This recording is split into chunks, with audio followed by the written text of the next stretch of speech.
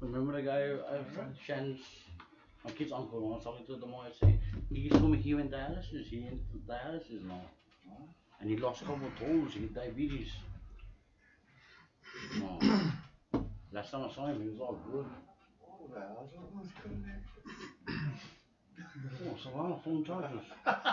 Oh, they collected them, man. Oh, they keep going on me. This guy get that charger he needs, guaranteed. Oh, one time looking for your phone charger. Yeah. You know that the new phone chargers are round ones? Yeah. Yeah, USB-C, all over we yeah. can't find them. We don't like spend the price at Right, T-Mobile, so expensive, try to go bro. Ross, no more, but I bet this guy, yeah. Alright, we're live. We're good. Alright. Alright. What's up, Keka? Thanks for What's up, coming. man? Thanks for coming. And your brother John. Yeah, sorry. What's up, bro? Nate. Jordan. What's up?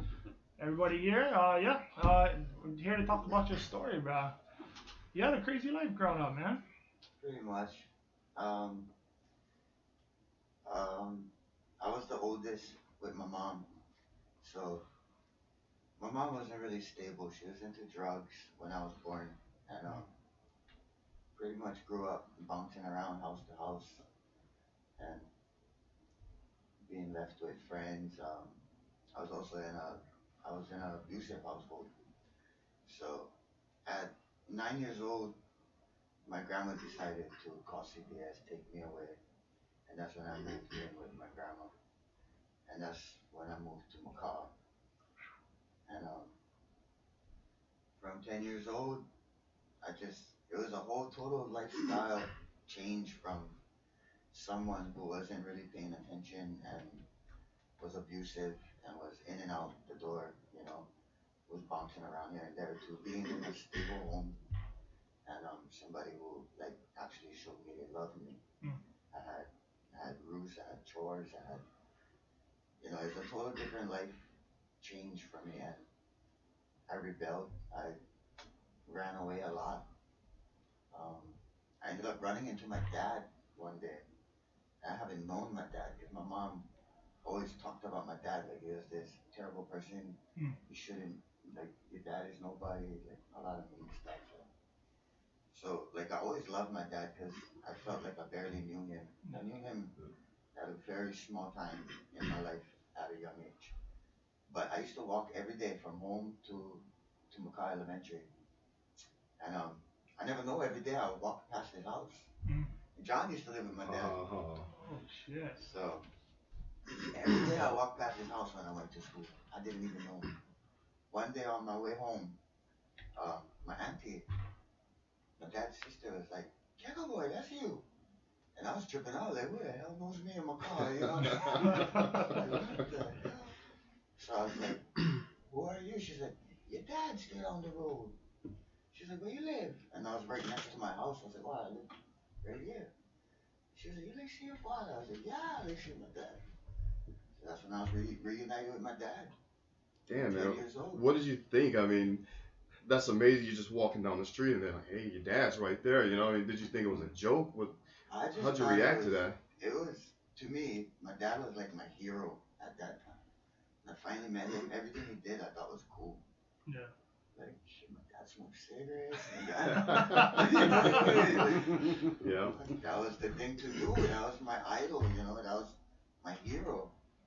I only had my mom and then I had my grandma, and I just felt like women was like, geez. Always trying to nagging, man. Cool.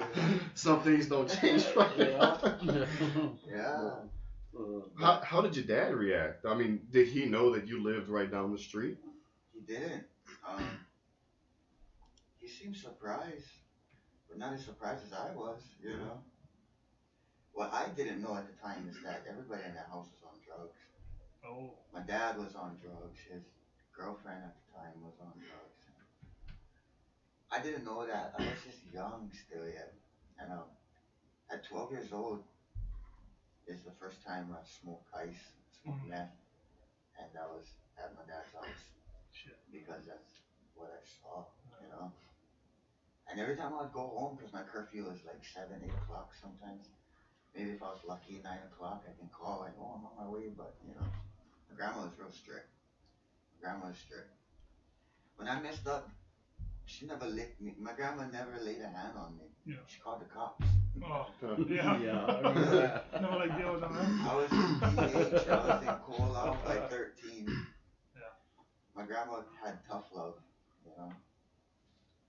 And I praise her for that. I thank her all the time for that. And so yeah, at 12 years old, I just decided to try it out because I felt like every time I went home and I went to sleep, I'd come back the next day and they'd have some cool story about what happened overnight. Yeah. You know, like, Yeah. oh, so and so came over here, and it was always, most of the time, it was like dramas or something went missing or look what I bought, you know. Yeah. Like, oh, I got this. My friend came over here last night. So I always thought I was missing out on stuff. Like, Yeah. My priorities, my goals, my mindset was all distorted at that age. Oh, and plus that house we had me and had all our cousins, you know, had all everybody all the same around the same age. At grandma's house. Yeah. Oh, okay. And their grandma's house, that's where his dad used to live at. Yeah. How many you think were in the house at the time? 15. 15, it was a Wow. 5-bedroom house, yeah. 3 Wow. bath, So I yeah. had my dad and his girlfriend, they had what, 4 kids. Keith and Yeah. Joey, who passed away already, they were both younger than me. His stepbrothers. Fuck. Yeah. My brother Keith got shot in the neck in Big Island. Fuck. My brother Joey, story wasn't too clear, but from what I understand, he had diabetes and he ended up in a diabetic coma. But he also had a drug habit. Yeah. But anyways, had Keith, Joey, Tansy, Chavez. I think at the time she was pregnant. Never have Chavez, probably. Had Chavez when Ernesto left. Oh, yeah, yeah. Keith, Joey, Tansy, Chavez, my dad, his girlfriend. That's 6 already. Yeah. And then you got Sabrina, Vernon, Pua, Tasha, Zeus. As kids. It's 11. Me. John, Candace, Sheena, Shayna. Oh, not Shayna, yeah? John, Candace, Sheena, Shayna, Grandma. Tita. Auntie Baba. Yeah. And the list keeps Yeah. And then me. Then you know, yeah. Yeah. And then I'm popping up because I think that house is so cool. Yeah. Yeah, because we could get away and murder, we could do whatever we like, you know? Yeah. Yeah. I could be smoking a cigarette in the garage and, you know, my auntie would be like, boy, you get another cigarette, you know? Huh. Well, Where you got that a from? lot of the time too is like when we all grew up, it was okay as long as you did them at the house. Yeah. As long as you're not out doing something Right. crazy with everybody else, you know.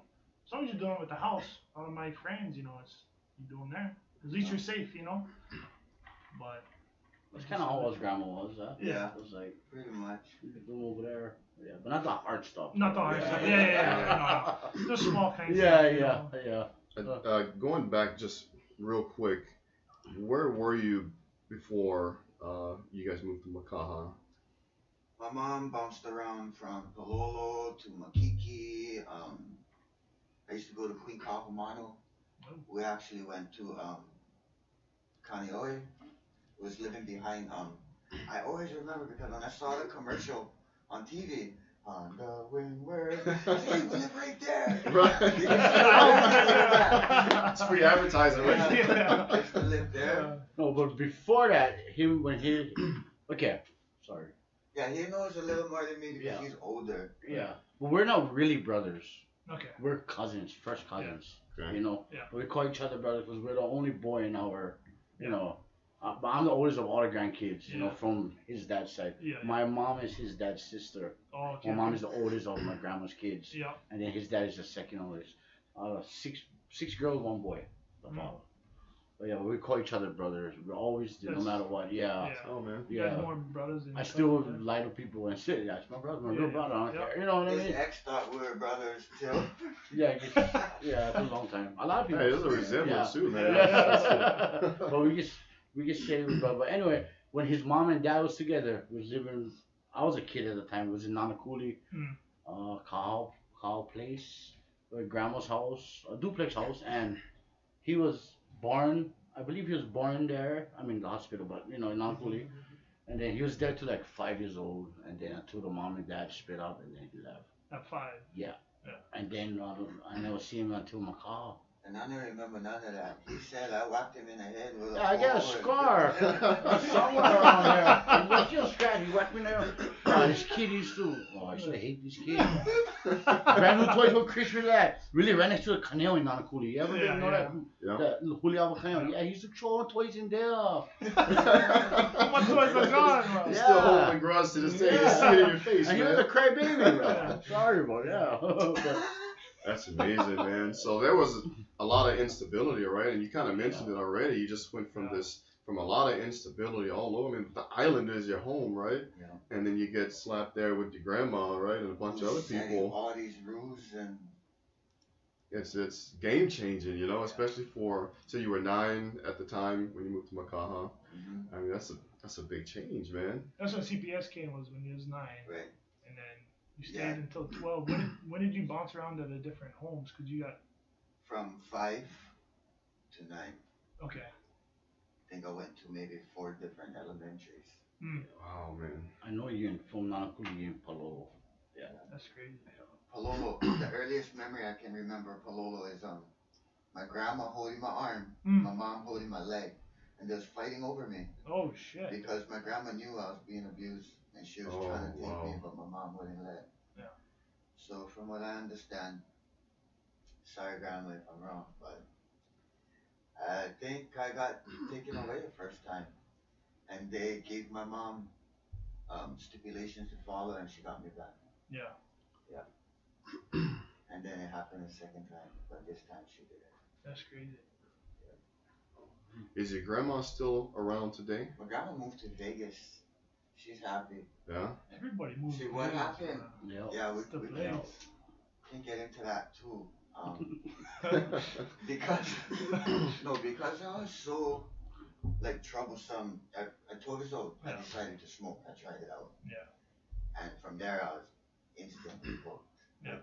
It just grabs people. Like, so I started stealing. Yeah.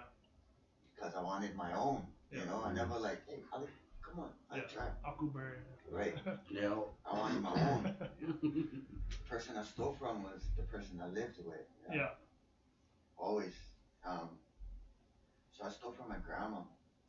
And I stole everything she had. All her jewelry. Like jewelry from her mom and her sister that passed away. Their wedding rings and her wedding ring. Everything. Sentimental jewelry. Could never get it back. Stuff. I wasn't involved in that, but just like the Just second make grandma that wasn't clear. involved. Yeah. That's the truth. I wasn't involved. But I heard of all this. Yeah. It's tough, man. It's an epidemic, and I think it's something that, I mean, just about every family can relate to, even myself, you know. And I love my brother. I have a twin brother. Love him to death, right? But similar story, you know. I mean, my dad passed. Yeah. He passed. My dad passed about 9-10 years ago or so, and he left behind a lot of stuff back at our home in Louisiana, right? And my brother fell into addiction, and he just started selling everything piece by piece, right? And it's to maintain that addiction, you know. And thankfully, he's come around today, you know. And we're glad to see, of course, that you've come around as well, you know. But it's not just your story, right? It's kind of like everybody's story. it affects everybody. And it's much bigger than just you or just my brother, right? I mean, it's a epidemic, man. It's disastrous to families everywhere, you know. And it's so easy to get, bro. Yeah. So easy. You can go anywhere, it's bro. cheap Anywhere. too, and get man. it. Money Yeah. talks. You show a couple bucks and somebody out there trying to hustle something. Yeah. Bucks, bartering, anything, right? Anything goes. Yeah, you don't even need money. Yeah. Huh? Yeah. Just stolen goods. Stolen goods, yeah, exactly. That's it. And I only sold the jewelry for a few $100. Yeah. That was worth thousands and thousands, you know. And Just to then- get it as cheap as possible. Yeah. And then his grandpa, he'd take his grandpa's fishing poles. Whew. Sorry about that, but I had to bring that up. That was a big, you know, boat kind of Yeah. thing. Real Yeah. I heard you only got chunk change from. On a trolley. Wow. That's big bucks, man. We know a little bit about that, Yeah, man. we It's, fish all the time, bro. it's expensive, you know. But, you know, I mean, the past is the past, right? And you move forward, and it's what you're doing today, you know, it's very important. Yeah. You know? So we're back at your grandma's house, and you're about 12 years old now. My grandma noticed the pattern and the behavior change, yeah. Mm. So she started getting on my ass even more, you know. You need to be home at 6. You need to do your homework. You need to do this, that, and more. I was like, geez, why? All I like to do is hang out, Yeah. you know. Yeah. She's like, come on, how come I can't stay up till 10? You Yeah. know? Of course, you start comparing yourself to everybody else. Yeah. Right. You know, Sean down the road, you know. Yeah. He Yeah. can cruise. I can cruise with him. Yeah. You know, but my grandma ended up catching on to a lot of things and seeing stuff missing, and you know, eventually I ran away from home. I ran away At what age? at 12 years old. Oh shit. Yep. I ran away because you know when you're doing that stuff, like every day is like long when somebody trying to control you. It's like, Yeah. oh, I just want to get out of here, you know. Yeah. But 12 years old, ran away. Got to do what I wanted to do, you know. Where'd you go, man? I mean, you know. To my other grandma's house with my dad. Yeah. I mean, were you there most of the time, or was it just like a night-by-night basis? It was, I would say 70% of the time that's where I would go. Other than that, I'm at stores, I'm at the beach, and running purses on the What sand. else? Yeah. Were you Yeah. going to school at this time too, or no, just out?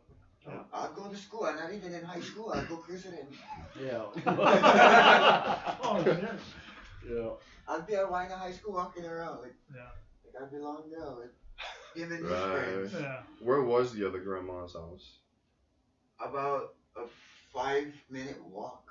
Oh, close then. So I lived here, my grandma lived here, I just needed to walk to the stop sign Go down. Yeah. and go down the So road. Water Street in Makaha Mm. and Lahaina. Oh, okay. Yeah, from Water Street to Makai Elementary, yeah. 5-minute walk, about a 1-minute drive. Right. That's crazy. Yeah. Hey, not to get off topic too much. I used to live on Kepuish Street, right there, right off Water Street. Oh, right? Yeah, I have friends there. Yeah. And man, I tell you, I love Makaha, man. Yeah. The damn traffic is miserable to run. You know? Yeah. It got a little better, but They opened the contra God. flow, yeah? Yeah. The third one, that third lane. It's Yeah. crazy, man. You know, if it's for whoever's listen, I mean, it's the most beautiful place in the world, man. You come around Kahi Point, and man, those damn mountains are just, Yeah. it's crazy. I got goosebumps thinking about it. You know, it's kind of one of those hidden gems, but it's not hidden, you know. Yeah. Right. And I can't imagine how many people come from Hawaii Kai to see the west side, you know, but you know, all the people on the west side Yeah. sure as hell been to Hawaii Kai at some point, you know. Right. Yeah. It's just so beautiful, man. I love that. One of my best memories is we were there wintertime, and this would have been about 6 or 7 years ago, man. And we had a lot of rain right at that time, and the waterfalls, man, there must have been about 30 Oh, waterfalls. yeah, in the yeah, mountain, yeah. man. That's God, right. it's mind-blowing, man. It's beautiful, you know. So, And the sunset is the best sunset, bro. God, and the beach You is know, right it's there, right man. there, bro. Yeah. Yeah. And people pay millions of dollars for condos in town. Yeah. You know, for kids that beach view, but that view up there is way better. Unreal. It's just the traffic. That's Yeah. the only Beautiful, thing. man. It's native, you know what I mean? Yeah. I mean, what a place to grow up. It's the Yeah. traffic and a few boneheads here and there. Yeah. You know? Yeah. Yeah. But not everybody's like that. Like, No. Makaha is starting to change For the better. for the better. Yeah. There, like I said, there's a few boneheads here and there, but Yeah. Pretty much the everywhere people you that go, do matter in Makaha, they're making a change for it. Like Yancy, Max, Oh you yeah. know, we Oh, got a Gary lot of James. positive influences. Yeah. Just like how the football team just won. Yep. Yeah, the Pop Warner. Yeah. Yep. I'll Yeah. water one. To me, there seems like more people trying to do positive than why not now. That's awesome, man. Yeah. Well, even Yeah. you was like a pillar in the MMA community to keep kids off of drugs at one point later on in life Yeah. after you got past all this stuff, Yeah. right? You That was fun. too. training kids, bro, from making sure they was doing the right thing, you know? And Yeah. that was the beginning of me starting to change too. Yeah. Because going back to 12 years old, when I ran away and I did my thing, I got arrested. My grandma told the cops she didn't want me back home. I Mm. can't control that kid. Oh and, shit. and they put me into DH. And that's the Oh. first time I went to DH. It was like 2 o'clock in the morning. And I remember walking in there and seeing the cameras with everybody sleeping. And I'm like, fuck, I'm here. Right. Different than I was like, doing your own damn. thing on the outside. Yeah. Huh? Right, and just to clarify for listening, what's DH? Detention home. Detention home. Juvenile detention. Yeah. Right. Juvie. Yeah. So when I went there, I thought, I was like, damn, I messed up. And then when I woke up and like I went through the day and I went through the second day, then I went to court, and then they sent me home. And I was thinking, DH wasn't even that bad. Now, did you go through with any withdrawals when you got sent to DH? No. Not that I could recognize at the time. Oh, okay. But maybe I did have behavioral changes and stuff like that, but I cannot recall. Yeah. But I do know from 13 to 16, I was in and out of DH over 20 times.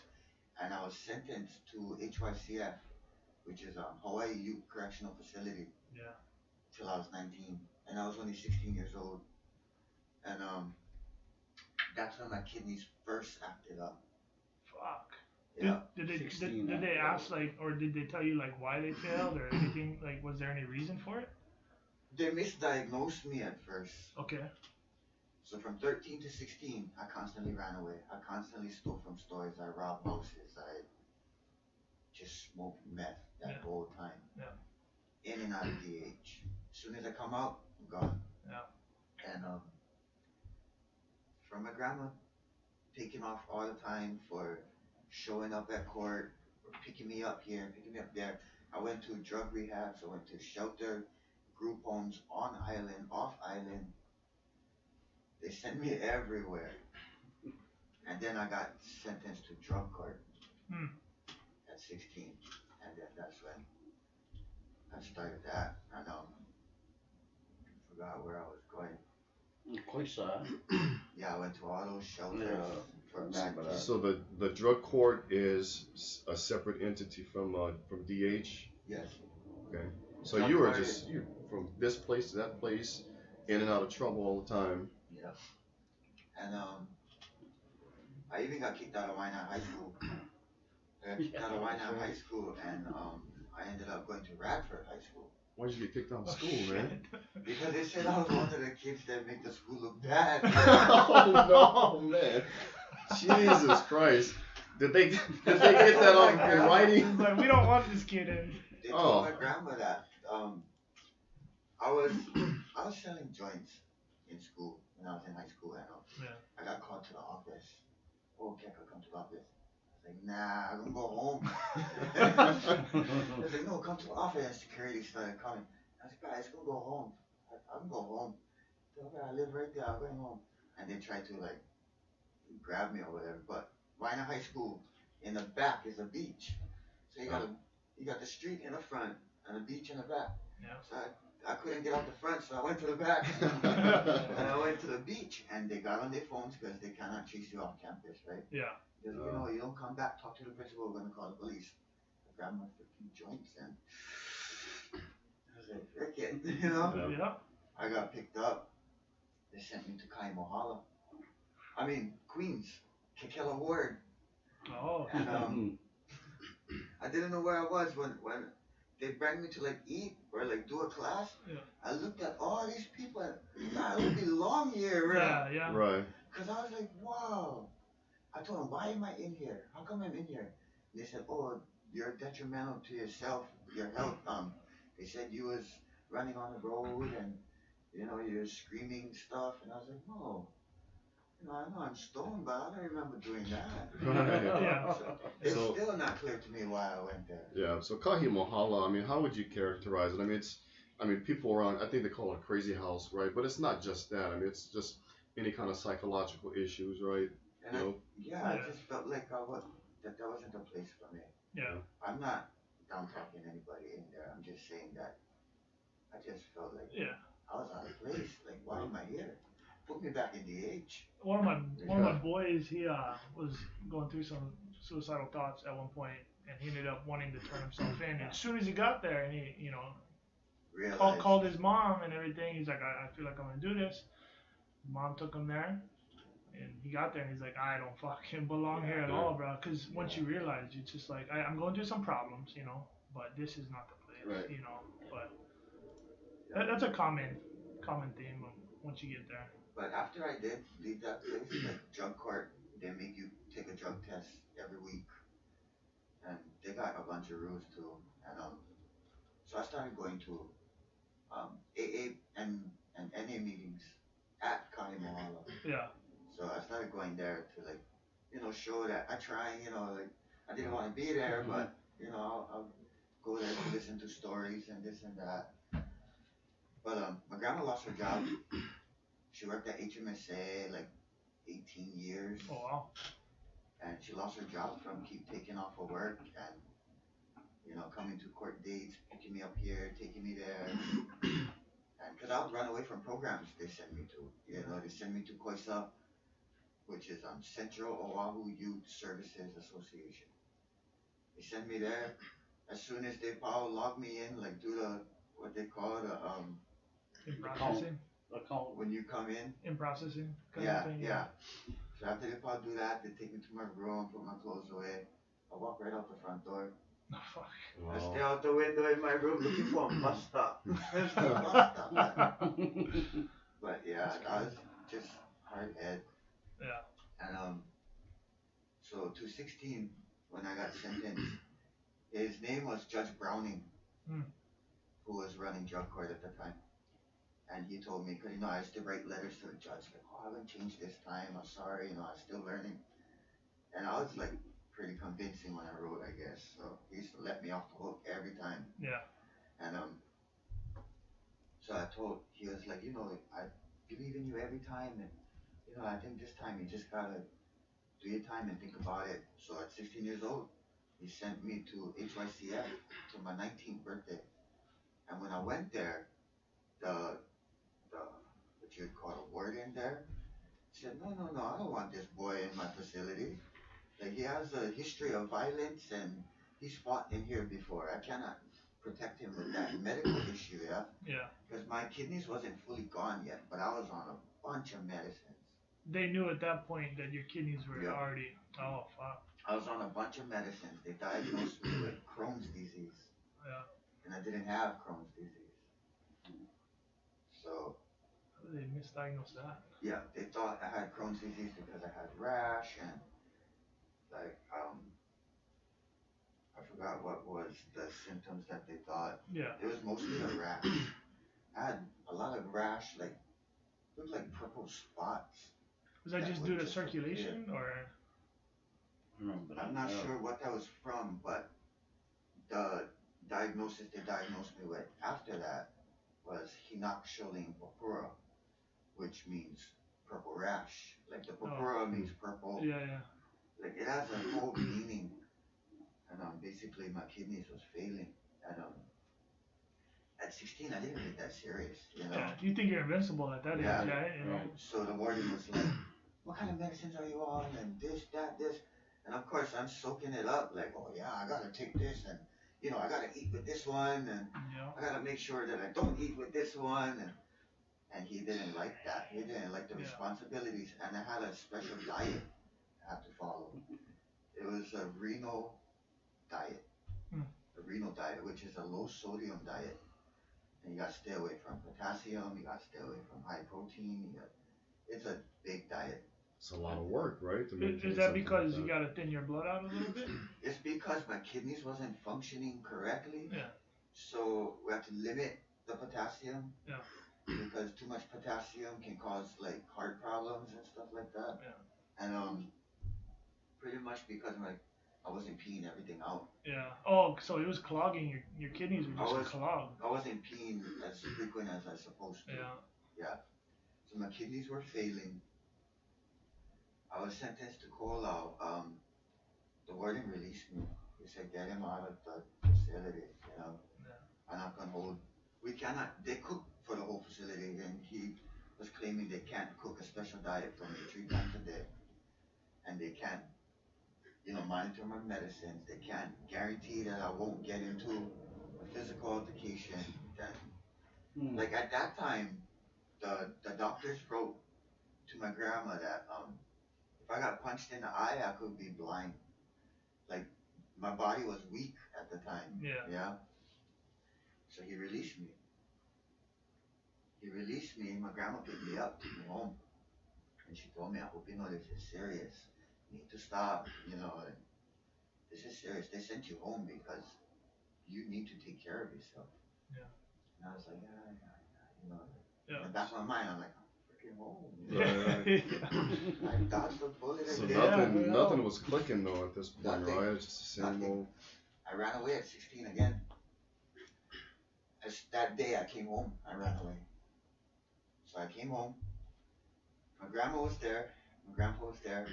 I had my therapist there because he wanted to talk to me, see what state of mind I was in, and if I should stay home. You know, they was trying to find a different placement for me because they didn't want me home. But they didn't want me in HRCF. But my grandma felt like I would be safer somewhere else because, you know, she worked, my grandpa worked. Anyways, my grandma and grandpa left after they got a phone call that sheriffs are on their way back to pick me up until the judge finds out what placement he wants to do with me because he don't want me out. And he got mad at the facility for releasing me without his orders. Oh shit.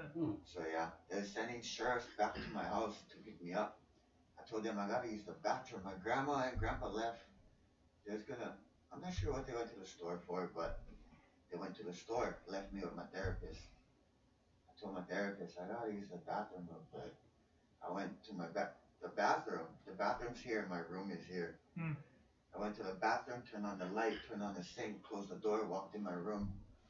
And then I got my backpack, put clothes inside, grabbed the house phone, I called my cousin Tita and my cousin Candace, his sister. And I was like, where you guys stay? Because I will leave my house right now. Meet me at McCall Park. They was like, oh, okay.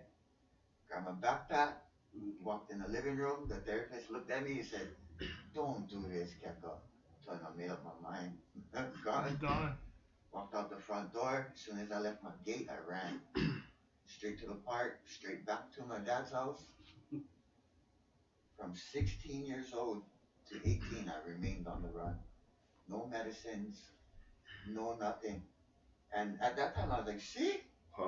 Look, nothing wrong with me. Now, was you gaining like water weight during this time? Because I would notice that I would swell up in my ankles. Yeah. You remember? I remember that. He swell up in his ankles. And a couple of times he woke up like he's throwing up, like green, like luau. Like yeah, like in my bedroom. And I was just thinking, nothing, you know? Oh, that's crazy. Sorry, we're going to backtrack one more time. Yeah, go. When I got arrested at 16, when I got sentenced to 19, I got arrested at my grandma's house. You were sleeping in your room. I was sleeping on the couch. I just ran away from the hospital. They had me hooked up. I just got diagnosed with my kidney problem. And I was in the hospital hooked up to all the IVs. I told my grandma, you can bring me clothes because this hospital clothes is irritating. And my grandma's like, oh, okay, you know. She came back, she brought me clothes. I told them, I like shower. You guys can wrap up my IV, whatever you gotta do. They said, yeah, we'll get you ready for shower. I went into my shower, I broke the shower, I grabbed the shower head and I yanked it off. And then I told them, my shower broken. And they were like, we'll let you shower in this room, you gotta wait. I was like, okay. I went over there, I changed my clothes, I walked past everybody, nobody noticed me. Shit. I went straight to the bus stop. One thing I did notice when I was walking away is my legs felt weak. I was like, like I felt like I couldn't even run. But I was trying to get out of there as quick as possible. I went to the bus stop. I got to the bus stop. Bus driver came. I told him, look, I just got out the hospital. My parents no more in car. I live all the way in McCall. Can I just catch a ride to McCall? He said, yeah, jump on. Wow. Right on. I got off in Nakuli, where my grandma moved. My dad, they moved from McCall to Nakuli. And I went there. Immediately, my body was because they had me on high doses of steroids. Oh, that stuff will mess you up all on its own. I started feeling steady automatically, and I just thought, I smoke, I feel alright. So I smoked, still never feel alright. I was getting pills I was taking Valiums, Percocets, like any type of medication that I would think helped relieve the pain. Because I had bad stomach pains. And like you said, I'd constantly like throw up, my feet would be swollen. And like everybody was like, go back to the doctor. I was like, nah, I'm good. You know, I'm good.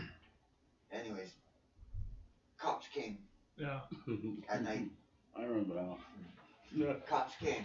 It was at the front door. We have a side door, yeah? Yeah. I was lying on a couch. I saw the blue lights on the reflection. I was like, knocking on the door. It's like, cause I'm out of here. Run out the damn door. It was like, yeah. Open that door until I ran out the side door. So I went out the side door. They came in the front door. I ran to the canal. Yeah. And the cops was there with my grandma and my grandpa. As soon as I got to the canal slanted, yeah, like that. I ran to the canal, I slide down like this. Oh. The cops was in the backyard with their flashlight looking. Yeah. And I could hear them say, shh, the bushes over there. The bushes, you know? These guys were standing above me, looking for me like this. Yeah. And my grandparents was like, he's around. Stick around long enough, he can come back over here. But long story short, they left. Yeah. And I went back in the house. And then continued to throw up and feeling like crap. And I went to sleep.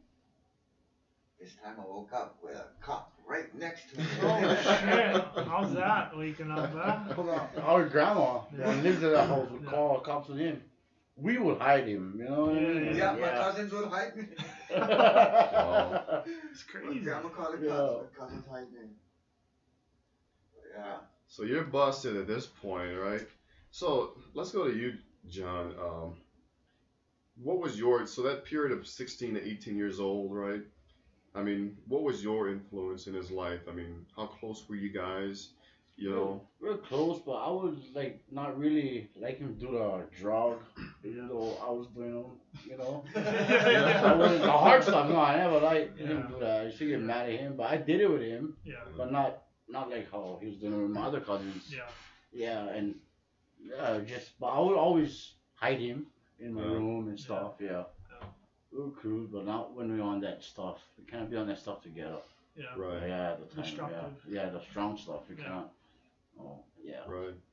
And I mean, how deep in it were you? I guess. At that time, cause I'm 5 years older than him, right? So I was actually that time I just met Shan. I met my kid's mom. Yeah. My life was changing already. Yeah. I was getting better. Cleaning Cut up. you off real quick. Yeah. Okay. When you first met his girlfriend, he used to wear my clothes. And she used to ask, how come you're wearing your brother's clothes? You wear mine. And I look Hey, you guys doing the same stuff right now. Yeah. Yeah. It's brothers, right? So yeah, I was changing my life for it. I was going. And you would have been out of high school at this point. Yeah, I was out of high school at the time. I was 22. Yeah, about 23. I met my kid's mom at 22. Yeah. 21 actually. Yeah, something like that. But yeah, we used to just party and drink. Yeah. No hard stuff. Just drink, party like every weekend. Catch crab, sell crab, buy beer. Yeah, buy beer, buy cigarette. Yeah, you know? Yeah. He used to What a smoke life, cigarettes at the right? time, yeah. Right to the canal, we used to just go crabbing, yeah. Yeah. Were you at the grandma's house also at that point? Yeah, it was at our grandma, yeah. Yeah? Yeah, and Wow. yeah. So coming out of school, right, while he's going through all of this, you know, and your grandma's kind of having to deal with it, what were you doing with your life at the time, generally speaking, you know? I mean, were you working at the point? I remember one point I was working roofing for West Coast Roofing, but I was doing my thing too. I was doing bad stuff, you know, and all that, but I was the person that I would never get caught though, you know? Yeah, so, but I knew at the time what was right or wrong, you know? So I was one of those guys I'll do the bad stuff, but don't get caught, and I feel bad about doing them after, so So you see Keka, you know, with the cops, you know, or running from the cops, either one. I mean, what do you think about that, you know? While you were dealing with your own things. Yeah, but when I see him running, I'd be like, run! Don't get caught. They're right behind you. No, but I used to feel bad, but I love him. I'm gonna back him up. Yeah. Over the law, you know. But I remember the last time I woke up in the morning, he was just puking green around that time when he just left off. Yeah. And I called our other cousin, and I used her car. I said, bro, we gotta take Keka to the hospital. And he never let go. No. I get in the car, we went. I just drove him to the hospital, take him into the ER, and I just left. Yeah. So I called the grandma Keka's here. Yeah. At the hospital, she came with the cops. And that was pretty much the last time I saw you for a while. That's when I ran away from the hospital. Yeah, that's right. That's when. See, you're catching all different pieces of the story. Yeah. See, because he remembers differently than And I right do. there, my life, after I dropped him, I was pretty much like, I changed my life. I remember that now. Yeah, I changed my life. Yeah. Was there ever a moment where you guys kind of came together before you hit that point, right? But where you guys came together and were just like, hey, we gotta make a change. There's something, you know. We do that nowadays. Yeah. In hindsight, you know. No, that's when I changed my life, and then I remember I think that's when I got calls from his grandma. That Keka was in the hospital. He's in a, I'll let him tell the story that he's in a coma. All that shit called me out, and that's when, pretty much right there, everything started like hard for him. Yeah. You was 19 at the time. Yeah, so from 16 to 18, I remained on the run. Yeah. Ran away from cops. No medicine, no got nothing. away, no medicines. Yeah. I lived with my ex-girlfriend at the time while bouncing around. Yeah. 18 years old, the day I made 18, I called the police station. I told them, if I was to turn myself in, would I get arrested? Like if I was to come into the police station. And they said, what is your name? I gave them my name. They said, no, you're good. Really? I was on the run since 16 years old. And they said, no, you're an adult now. You're okay. Oh, shit. Shortly after that, I got a phone call from my grandma. She called my ex-girlfriend's mom and said, Keka is 18 now. You tell him, come to my house and pick up all his stuff, or it's going to be on the side of the road. Because I know he's with you, you know? Yeah. So I went to my grandma's house and I picked up some of my stuff. And to me, it felt like I was a big boy now. I was like, yeah. You know? But that sounds like there's a kind of a tense relationship, obviously, right? With After that. you and your grandma. Only because of me. Yeah. I made it tense. Yeah. Because I didn't want to follow rules and listen, and I just wanted freedom. It's interesting that how when you look back and you're like, oh, you taking the responsibility of that. You know, it's a big thing to do. Yeah. Especially, When I was with my grandma, I wanted my grandma to do what my mom did, and just let me be. You know? Yeah. Well, you was used to, bro. You was used to that for the first, 9 years of your life, pretty much. Yeah. So, 18, I got my first job. I went and worked landscaping. You got your first kid. I got my first kid. Shayla, my oldest. And fun fact, I named all my kids after my sisters. Oh, wow. Yeah. Because all of my siblings, all of us, we all separated everywhere. None of us are together. Yeah. So my oldest is Shayla, who was named after my sister Ayla. My second oldest is Anella, which is named after my sister Anella, who got taken away, and she got adopted. She got taken straight from the hospital. She got adopted. She's with a wonderful family right now. She lives in Texas, and they changed her name to Tiffany.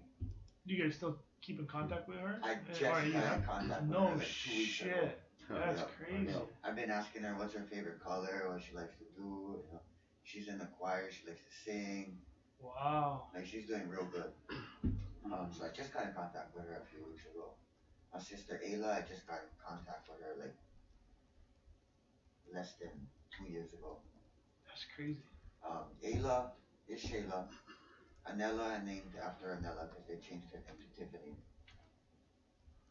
Julieta is named after me and my sister, Julia. And then my mom's name is Jeanette. And then my name is Keka. So, yeah. And then my girlfriend's name is Joni. So it all just worked out. Julieta. Yeah, that's cool. And then my youngest one is Kathleen, who's named after my sister Shaslin. His older sister. Yeah. Yeah. So yeah, after I found out my name was Clear, I got my first job. I didn't really like it. I switched jobs to Macau Towers. And I decided, me and my friend Richard was sitting down one day watching fights on TV. It was the fights at the O Lounge. Oh, wow. I forgot what it was called.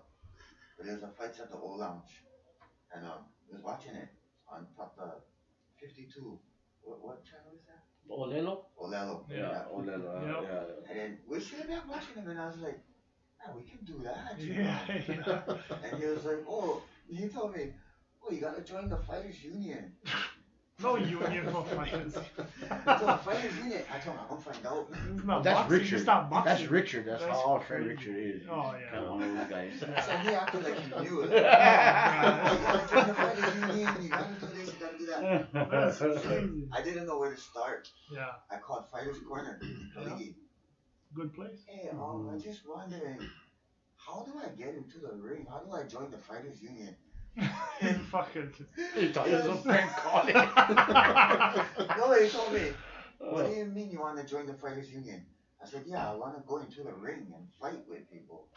Oh. And he was like, oh, you need to join a team. Yeah. Do you have a team? Do you have a coach? Like a gym. I told him, no, but how do I get into the Fighters Union? And he was like, well, the Fighters Union is a team itself. Yeah. Back then I had a team called Yeah. Fighters Union. Oh.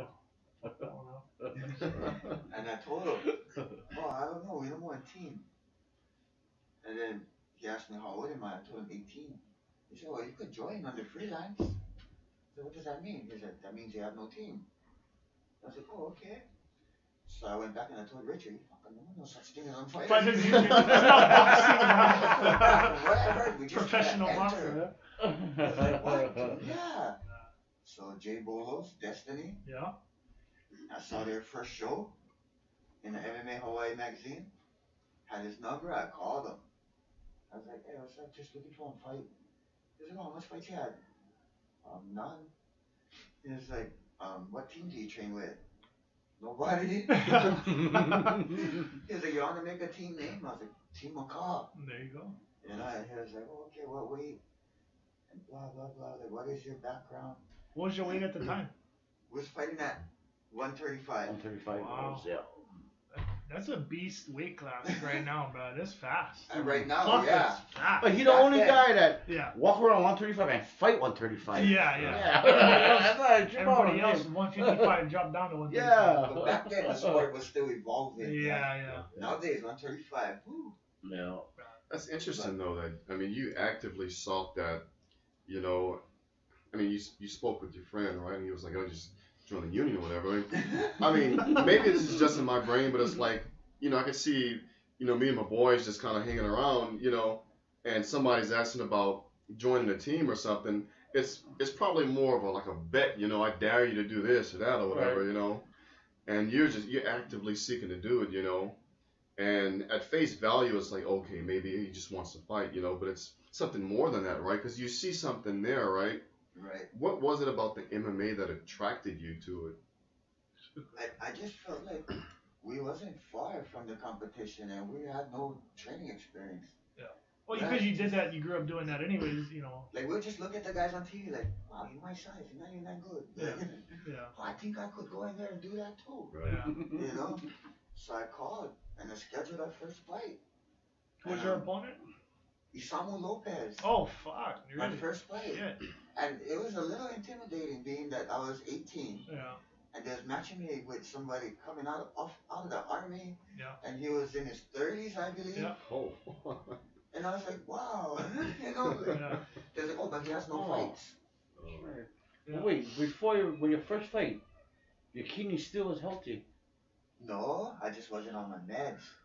Oh, I but thought I was healthy. yeah, actually. I was Sure. still dealing with the swollen feet and but I would just train it off, you know, like That is incredible, man. That's crazy. I think it was the training that kept me surviving so long.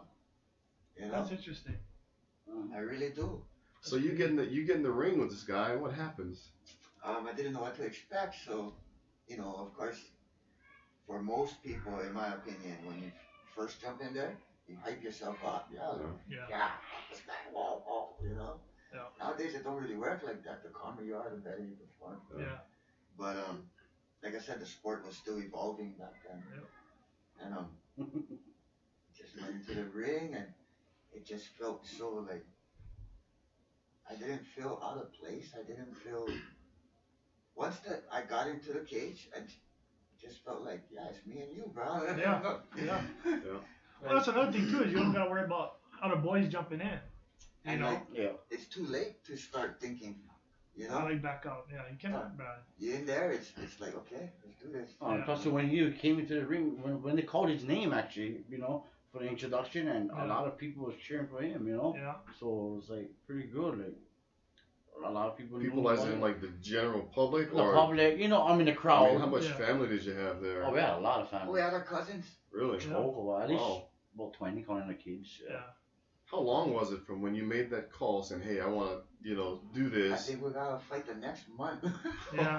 Jesus. Got your blood work too, bro. You got your blood work and everything there. I got my physical. Yeah. Yep. Okay.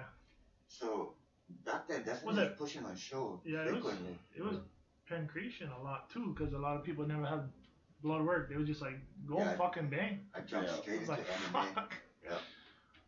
So my first fight happened. We just ding ding, went in the middle. I thought he was gonna exchange. I ended up getting taken down, and we spent like 2 rounds on the ground. Oh. And I didn't know what to do, so I was just holding on, like, man.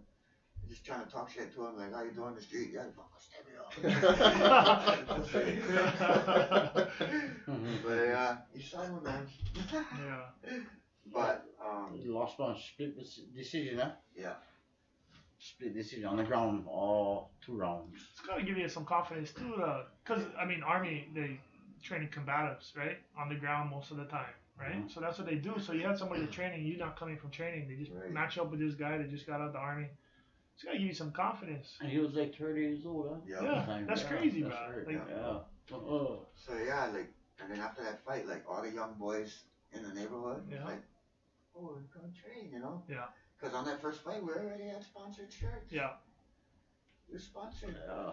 And then he told, then after I watched the fight, I told bro, whatever you need, let me know, because I was working. I'm in a union, you know, the Pacers union. I still not a fighters union, huh? No.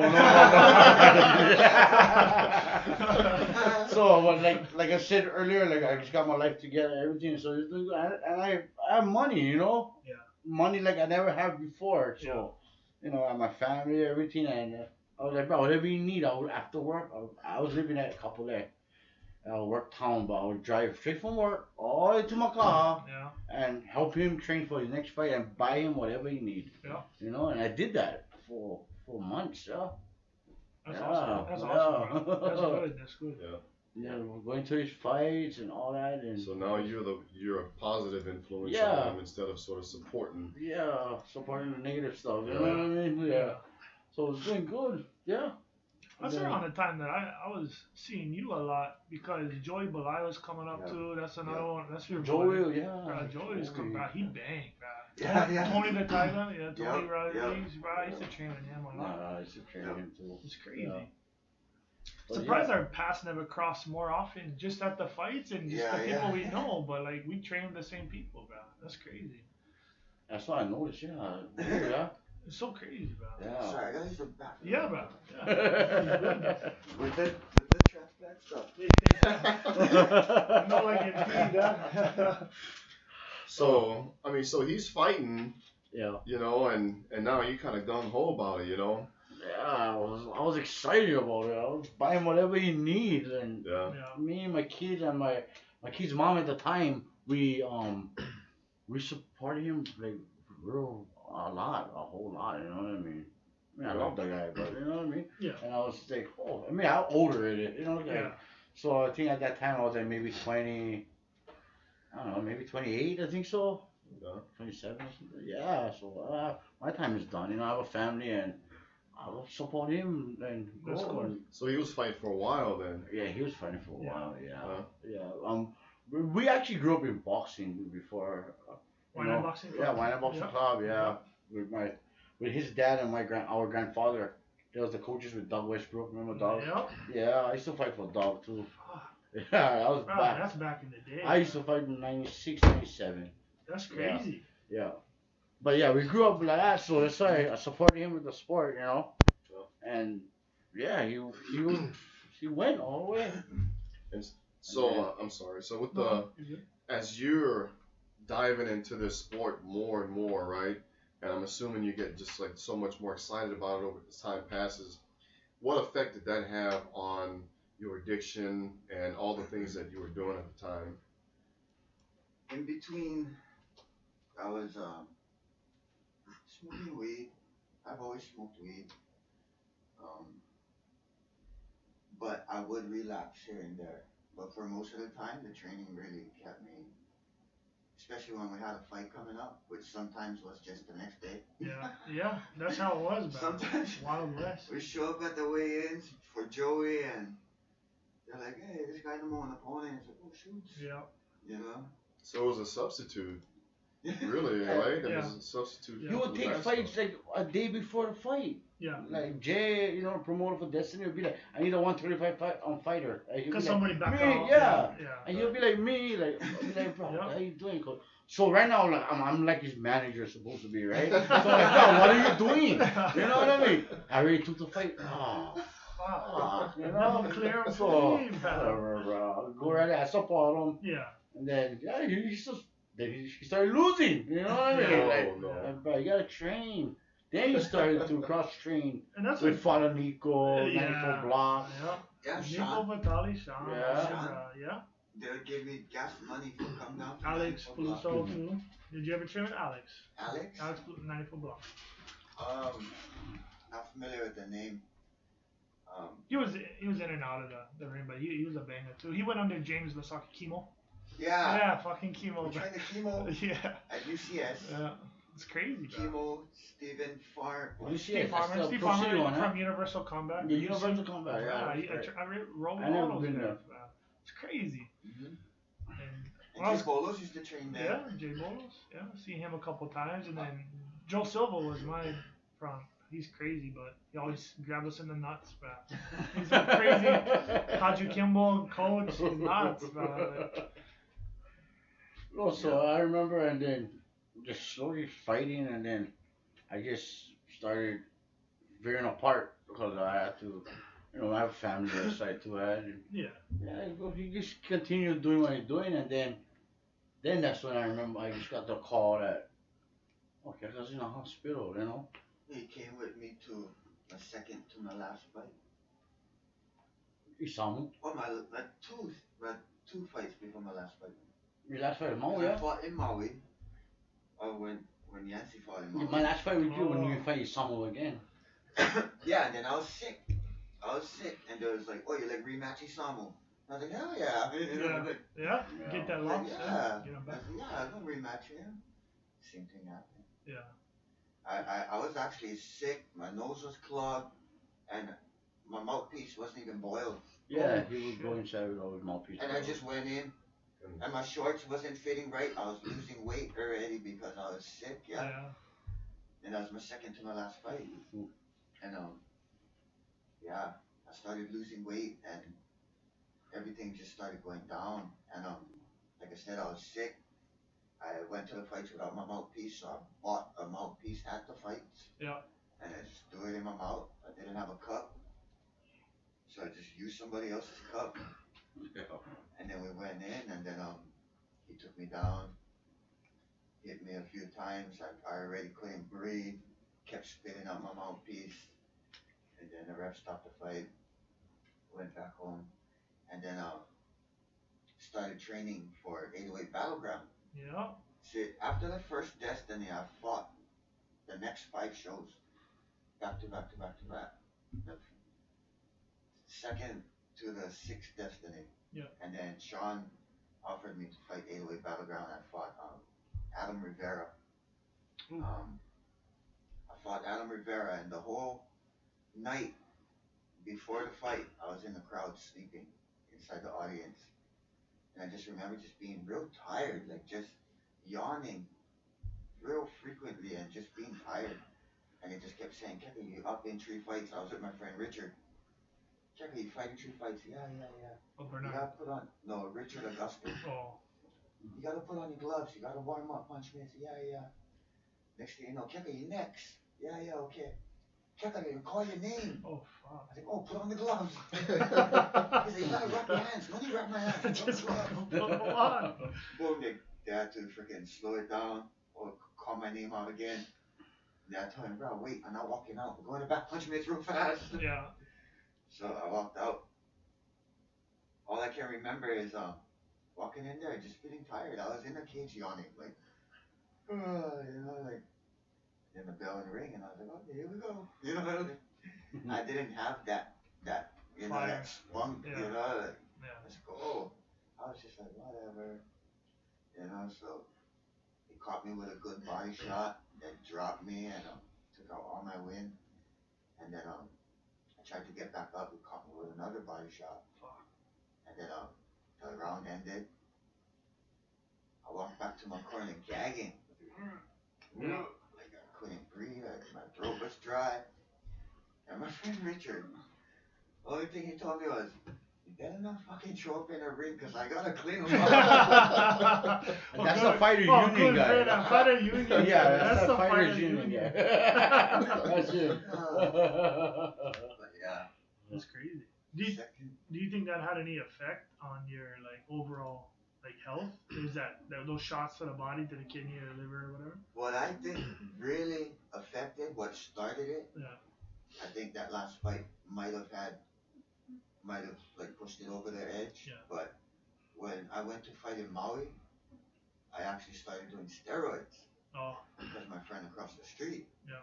was doing steroids, he was lifting weights. I was supposed to fight that boy too. Yeah. At one point, I had 2 fights lined up. Destiny, Jordan Fontes, and what was the other show at Blaisdell? Oh yeah. Next one? No. No. The promoter is T.J. Thompson. Oh, King of the Cage. He did Uh-huh. King. Oh no, he did that for a while though. Yeah, King and Key was the very first. Yeah, MMA he did the first one. Yeah. Well, Yeah. it was his promotion. Star Elite Cage fighting? No. Might have been. Elite, I think so. Yeah, something. Yeah. I think so. It was at the Blaisdell I though. can't remember Yeah. what TJ. Yeah. It was at the Blaisdell, and I had Sean Brooks Yeah. and I had Jordan Fontes, and the fight was like a week apart. And back then, I just took every fight. I was like, hey, let's fight. Yeah, shoot. Yeah. So I had these 2 fighters. We showed up at a man up, stand up, and they was fighting each other. It was on the card. I was like, oh, this is cool, fighting these 2 guys. Yeah. We would see who's really good. They fought. Jordan Fontes knocked out what's his name? Sean Brooks. Yeah. I called the promoter. So fuck, I don't want to fight Sean Brooks. He said, what do you mean you don't want to fight Sean Brooks? And back then had Joey Balai on the card, and I had my friend Richard. And then Richard and Joey was like, alright, you pull out, I can pull out too. It's like, oh, it's up to you. I like to fight Jordan Fontes, I don't like to fight Sean Brooks. Yeah. So I pulled out. This guy wrote one big thing on MMA Hawaii about us, like, oh, small teams like Team Okada don't belong in big shows because, they're not professional and they just take fights, pull out. I had my reason. I remember that. At that time. Yeah. I felt like I had a good reason for myself. I don't know. But, Well, I mean, did your team know about your illness? no. Nobody did except for Nobody. except for your brother. Well, I never know. That thought went away from the last time, so Yeah. Yeah. Right. So nobody knew they were battling up against, what you were going through. It's amazing. It was after that fight at 808 Battleground. You always go back to the doctor, right? Yeah. Went back to the doctor. I'm not sure if my blood pressure was too high or too low, but he told me you need to go to the emergency, and I suggest you go now. And I was like, why? And he was like, you gotta go to the emergency. And I could tell by the way he was speaking. I was like, damn, shit. So we stayed for the rest of the fights, and then told my friend, I'm like, wait, man, let's stop at the emergency room. when stopped at the emergency room, same thing happened. They ran blood tests, and I could just see it on their face and the way that they was walking around like it was something important, like. And I was like, "What? What's going on?" They said, "Hold on, the doctor is gonna come in and talk to you." I said, "Why you can't tell me?" I said, "Well, I'm not the doctor." So the doctor comes in, and he said, "There's no easy way to put it. We gotta start on blood transfusion. You're low, your hemoglobin is low. We're gonna start a blood transfusion, and then we're gonna take you down to Queens in town. You gotta start dialysis immediately." Wow. And I was like, "What the hell is that?" All I heard was die. Yeah. Yeah. What you mean die? I thought they was gonna lie me down there in bed and wait for me to die. For real, I didn't know what it was. Huh? Like, we gotta take you to Queens and you're gonna start dialysis. Like, yeah. What you mean? I'm gonna start dying? Yeah. Like, what the fuck? But I was tripping out. Like, they wasn't giving me clear explanations. Like, well, to me, I take that back. At that age, when they're saying you gotta clean your blood, you gotta do this, you gotta do that, I'm like, what the fuck are you saying? Yeah, you didn't know. What is wrong with me? Now, what do you have to do? Yeah. So, started dialysis immediately. Went down to Queens. They freaking cut my chest open, stuck a catheter in there, and started dialysis. So then, I slept it off. They gave me some meds. I woke up, and they did dialysis again. I was like, I thought I did this already. They said, "Oh no, you're gonna do this 3 times a week." I said, "But I just did this last night." I said, "Yeah, well, we didn't complete a food treatment, blah blah blah." And I was like, "So how long I gotta do this?" Yeah. They said, "Until you get a transplant." I told them, "How long until I get a transplant?" They said it could take anywhere from 7 years, 5 to 7 years. And boom, I just started crying. I'm like, what the? I remember I came to the hospital and then I walked in the room and he just fucking looked at me and he started bawling, crying, and then I didn't know. I was still like, what the fuck is going on? Like what? Like, Mama, I thought you had cancer or something. Like, oh, you're dying already because cancer and spread. And then I remember hearing that word too, dialysis. I was like, what the fuck is dialysis? I'm sorry for swearing, but but it's YouTube. But yeah, and then kidney failure. I was like, wow. Wow, and then I remember, like, brother, so tell you went in the canal, you got that the kidneys, and then, all that kind of stuff. Connecting because he's like, bro, that's how you got him. Like, no, from the steroids, and then the grandma told me, no, like, from a long time ago, take him. So, oh man. But in my mind, I'm still thinking, bro, it's from the freaking canal, bro. You swallowed the water. Well, yeah, anyway, What the doctors assumed is that I had a strep throat that wasn't cured while I was smoking meth. That went back into my body and attacked my kidneys. What the fuck? And they only came up with that like years later. They never really had a clear answer of what happened. To this day. Yep, to this day. Well, no, it's not. Nobody in our family has that problem. It's like nobody. Yeah, I'm the first. You're the first. But that's the thing too, is like because you weren't on medication, because you weren't going to the hospital, it's hard to diagnose that years later. Anyways, they wouldn't have a nice, thing of medical records to follow. Yeah, so. And that's ever since that died. That's when everything just went downhill. Yeah. So you're sitting there, right, and you get this monumental news that, I mean, your life it's different from now on, whether you like it or not, right? How did your family react to that? They reacted pretty much the same way I reacted. We just was like trying to process everything. Like, it was a trip. Because it happened like that. You know? Yeah, and you have a big family, right? I mean, how long were you in the hospital at that time? And I imagine your whole family was probably flooded the hospital? I think I stayed in there for a week. And they released me once I got a chair in a dialysis center. So, in the beginning of dialysis, when I first started, I still didn't take it serious. I would show up at dialysis, sit down, and be like, fuck, I don't be here. And I'd leave. And they'd be like, Keka, you gotta do your treatment. I don't need it. I come tomorrow. I was like, no, you need it 3 days a week. Like, whatever, I feel good. And I used to always tell doctors, what is dialysis for? What is it for?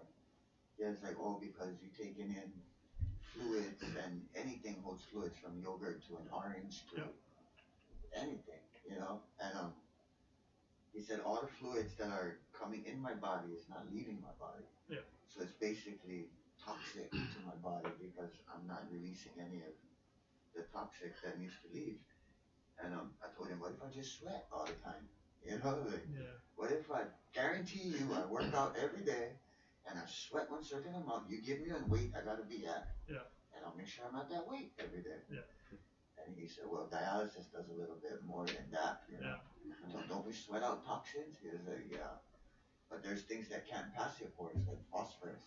Yeah.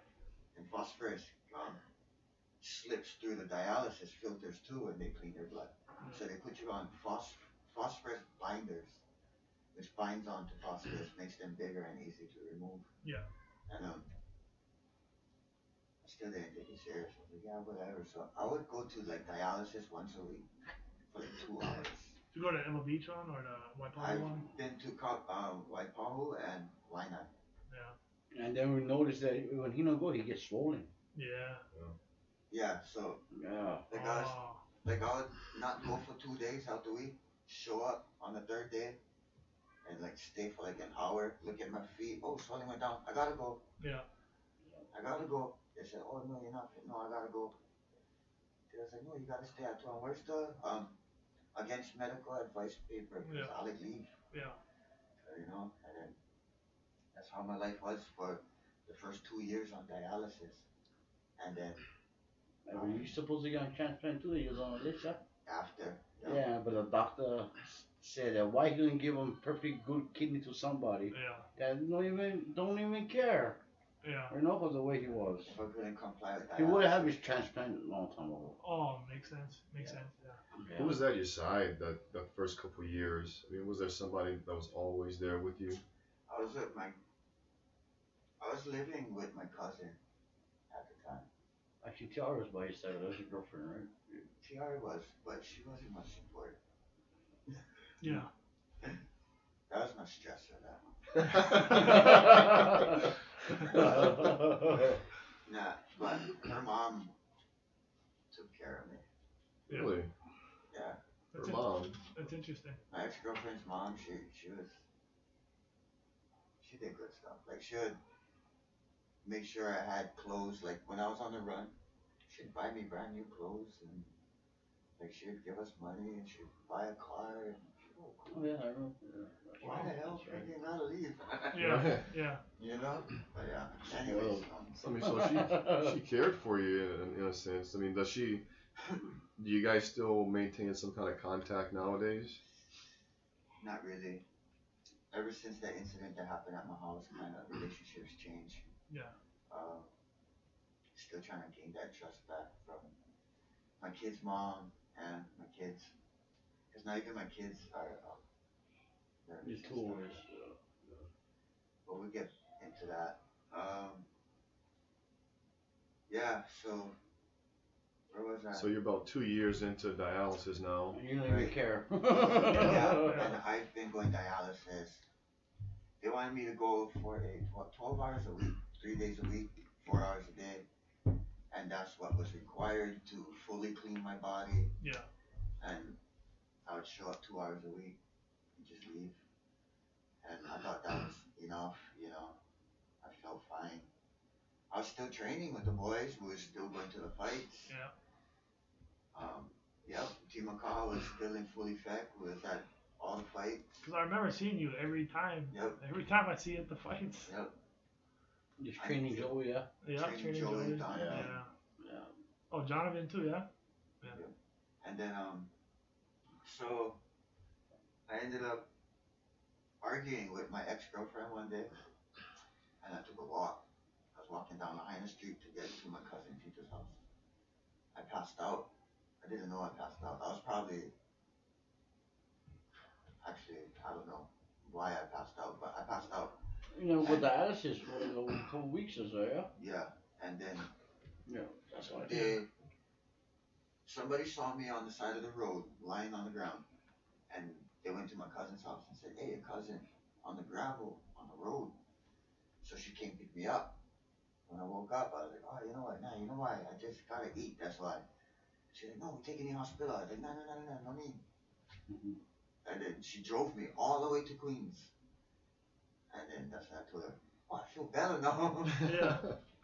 So no, for real, when I left and I was walking, I was kind of feeling funny. But right now, I feel good. I cannot recuperate. I just need to rest. Yeah. Too much sun. And shit. Was that truthful, or are you trying to get out of you trying to get out of it? I was just avoiding the hospital. I don't know why I hated the hospital so much. Yeah. I think it's that controlling thing that I was talking about. Yeah. When I felt like I was being controlled, I was like, I don't know, let me lose. Yeah. You're vulnerable in the hospital too, you know. I mean, you kind of at everybody's discretion, right? It's a different feeling. So I passed out. My cousin took me down, bring me back. She took me home. I went into my room and I went to sleep, is what I thought. So my grandma came home, whatever time she came home, and she found me on my bed with foam coming out of my mouth. And she immediately called 911. They came in the house. But she said when they came in the house, she said I was lying there just, out. When the paramedics came in the house, she said, shut up. And I told them, leave me alone. You knew already, but you can sense it, right? But these guys took me to the ambulance. And so I was wrestling with them. And they took me to the ambulance outside. And I passed out again. I passed out, my heart stopped. They took out the Paddles. Paddles. Yeah, so they brought me back. Then I became combative again, and then they strapped me down inside of the ambulance, drove me down to what was St. Francis West. And you don't remember any of that part. I don't. This is straight from my grandma's mouth. She's probably watching right now. She told. I remember the story. She told me this too. So Yeah. my grandma followed the ambulance, but of course she couldn't keep up because we had the sirens. But she said when she got there, all the paramedics was huffing and puffing. And she said, punch out one of the securities, but they finally had me knocked out. They had to sedate me. They was like, this boy. Ooh. Oh man, so when I woke up, I was leather strapped. And then I was like, no, wait, this is different. I went backwards. That was when I got arrested at his house, and then they took me to the hospital. Yeah. Then shackled and handcuffed me to my bed with a cop at my door, so I couldn't run away. Yeah.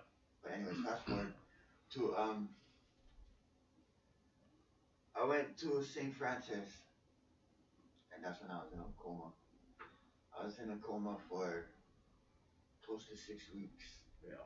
And I remember when his grandma used to call me, tell me everything was going on, and like came to a point where we had to sit down. She said, I gotta come to a meeting. I don't only person from the Doi family. Yeah. My grandma come. So I went and we sat down in a meeting. Like there was honestly it was like they was deciding for pull the cord. Yeah.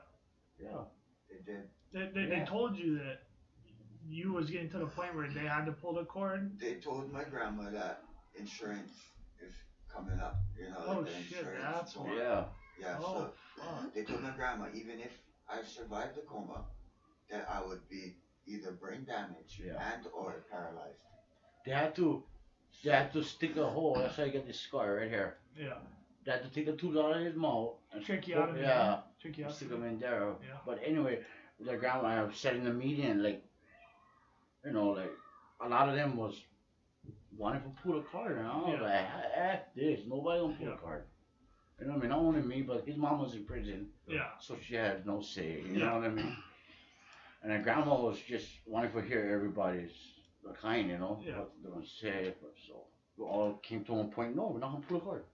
Again, they're not. And then That's hard because I just went through that with my mom, and the doctors wanted us to pull the cord. early on, and we said no. We wanted to give her every chance that we could, right? Insurance was doing the same thing. They was trying to bully us into this, that, or the other, and bro, it's a hard decision because you don't know what's going on in their head at the time. Like, do you remember anything that while you were in a coma, you don't remember hearing people, or you don't have any memory of like, because you still keep your audio even though you're in a coma, is what they say. But do you have any faint memories of anything like that? I have dreams that I feel like I had while I was in a coma, but I can't connect it. Yeah. But I do have things that I feel like happened while I was in a coma. Yeah. But like I said, I can't. But they made that decision so fast, right? You run out of insurance, and they're like, "Hey, we're pulling the cord." I mean, they obviously handed the decision over to the family for the family to make, but they were ready to do it, right? Yeah. They're saying that if he wakes up, he ain't gonna be the same. Like, I don't know. You know what I mean? I was like, they pulled the plug on Sunday, because that's when that was the time, right? They pulled the plug, and when they pulled the plug, I just continued breathing on my own. Yeah. So they thought that, just wait it out, say goodbyes, whatever. I remember waking up, because I remember hearing all of the beeps and, just people walking and like voices. And so I tried to open my eyes, and my eyes wouldn't open. So I touched my eyes, and they had tape on my eyes. So I peeled the tape off my eyes, and nobody was next to me at the time. So I was looking around, and I was waiting for a nurse. The nurse came in, and I was like, "Hey, what's going on over here?" Yeah. And she was like, hold on. She was fucking scared. Oh, bro. I wasn't expecting that. She left, came back with my grandma and some of my family, and I was like, and everybody was like crying, and I was like, what? I'm fine, Like, yeah. Then that's when a nurse came in with the doctor, and he was like, oh, he was in a coma for this point of time, and this and that, and he was like, don't stress out, but he could be paralyzed right now. Can you move your legs? And I looked down at my legs, like everything in my mind, and my legs wouldn't move. And I kept trying. I told him, I can, watch. And every single time I tried, I just got like, my eyes would just water even more and more. And I kept telling him, I can, I'm telling you. And just wouldn't move. So I was so sick with life at that time. And they had a bar above my bed to help me sit up. Yeah. So I grabbed that bar and I pulled myself up. I put my head in it and I let go. And I don't know how long I was hanging there because I actually passed out.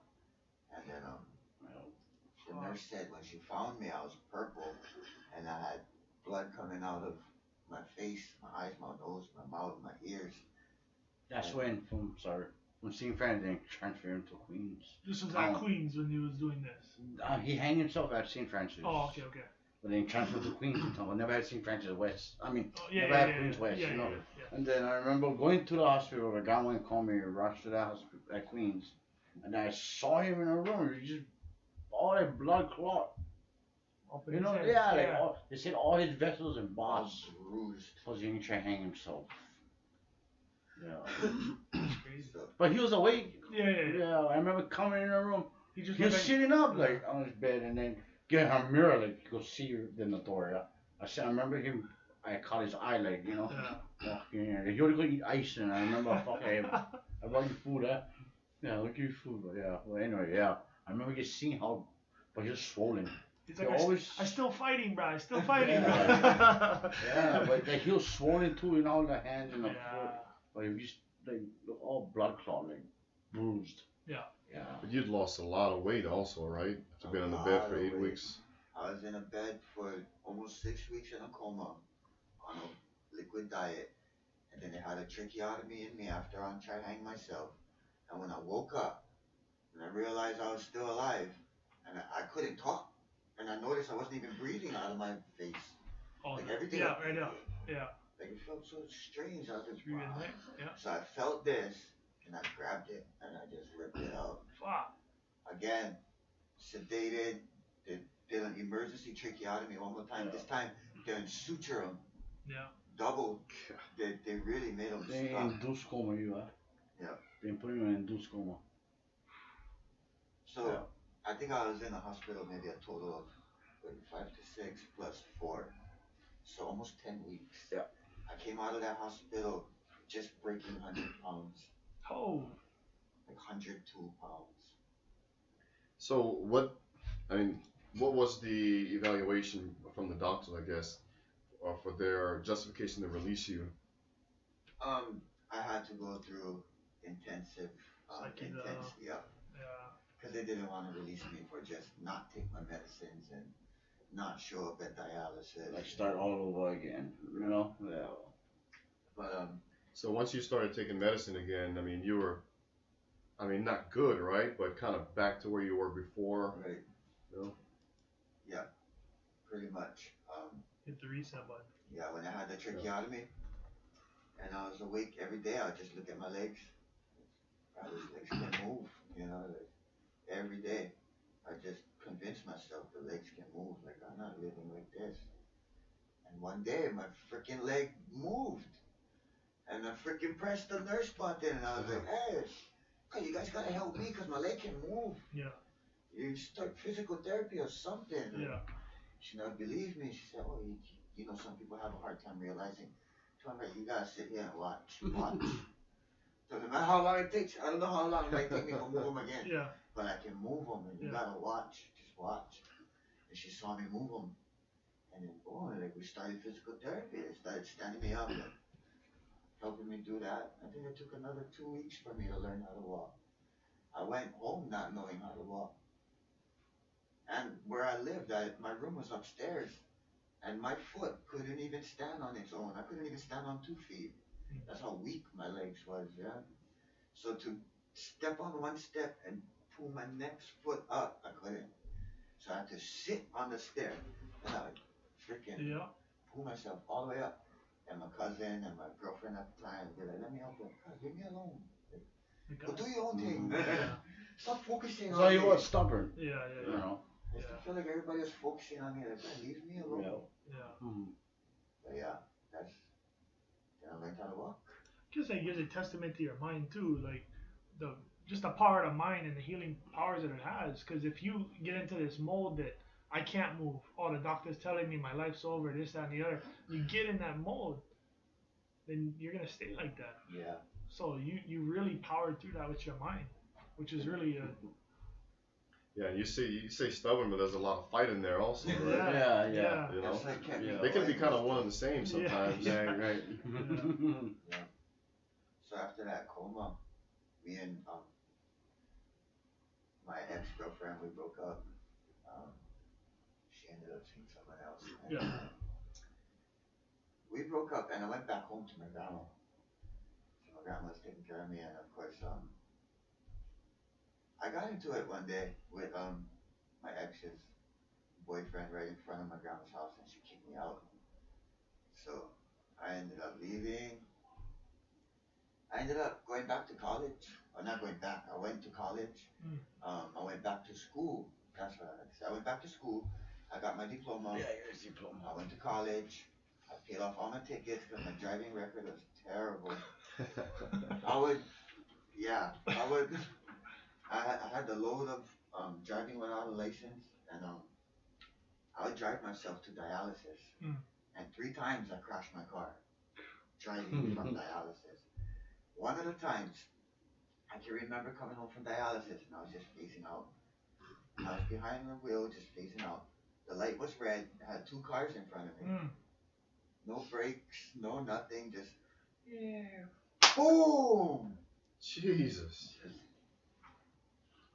Okay, wait, the best is yet to come. That's why I'm laughing. That's why I'm laughing. He's like, this is weird. I jumped out of my car, right? Jumped out of my car. A cop was there in 10 seconds. I was like, shit. Boom, the cop goes, who was driving? Tom, where you went? He jumped on the passenger side. I was like, you was driving? I was like, no, he was driving. Where you went? I think he ran that way. And he was like, who is that? I told him, I don't know. I forget his name because I just met him yesterday. And he just picked me up from dialysis. I just bought dialysis. See? I started showing him my stuff.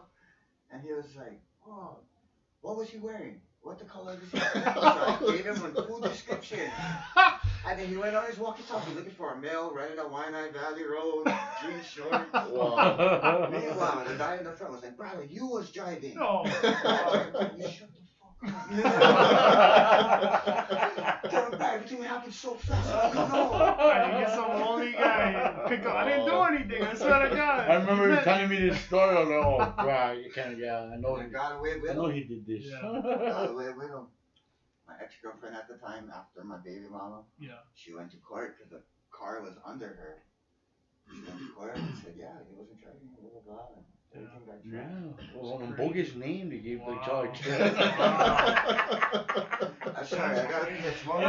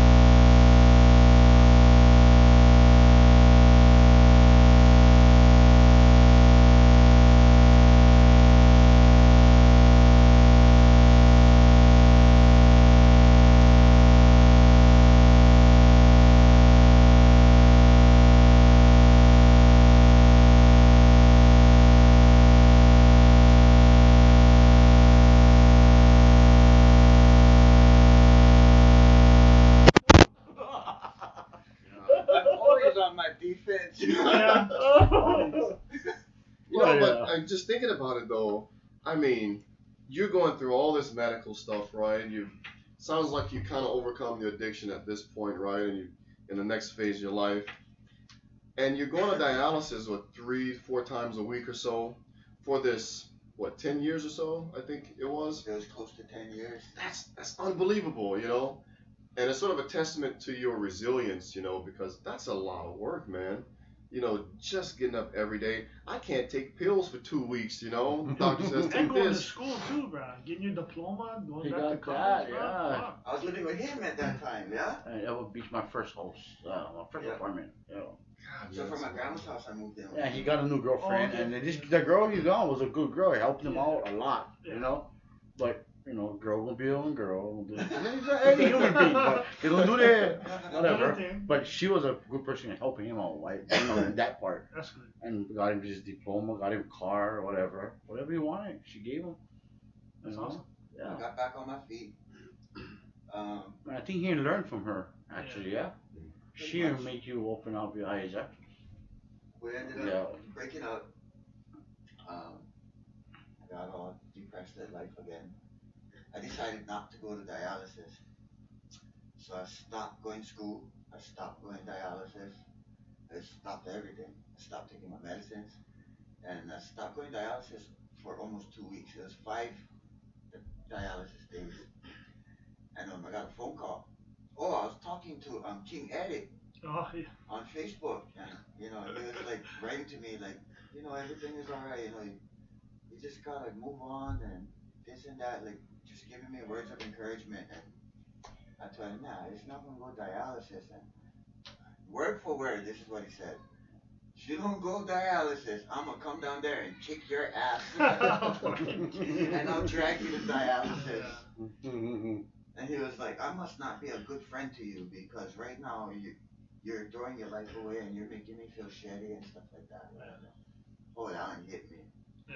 I was like, wow, you know, there's somebody that freaking cares. Like, Yeah. he wasn't just saying, I care about you, go dialysis. Yeah. He was, you could hear the feelings in what he was saying.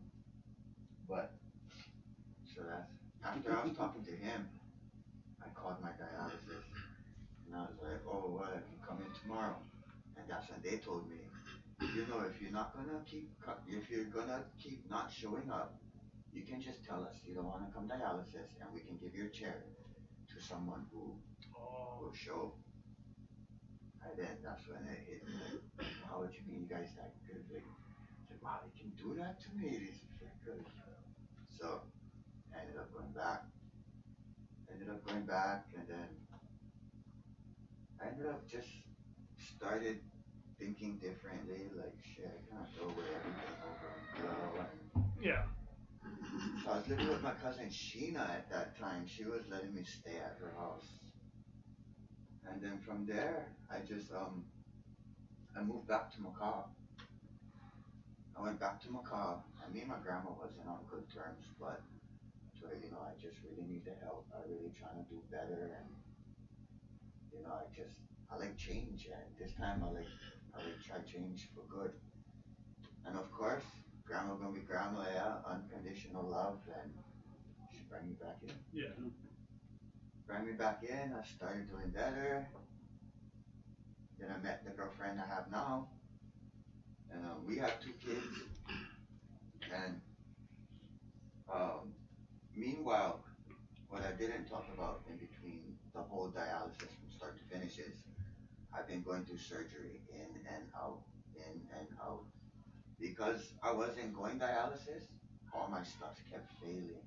Yeah. Because it clots up. Yeah, they gotta flush it. It needs to be used. Yeah. Or it's just sitting there. Yeah. Yeah. And I've had dialysis accesses in my forearm. I still have one in my bicep. I have an old one in here. I've had it here. I've had it all over in my chest.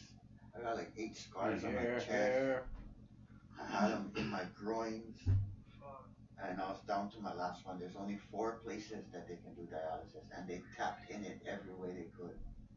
And I was down to my last one, my last artery. And then my last artery started giving problems.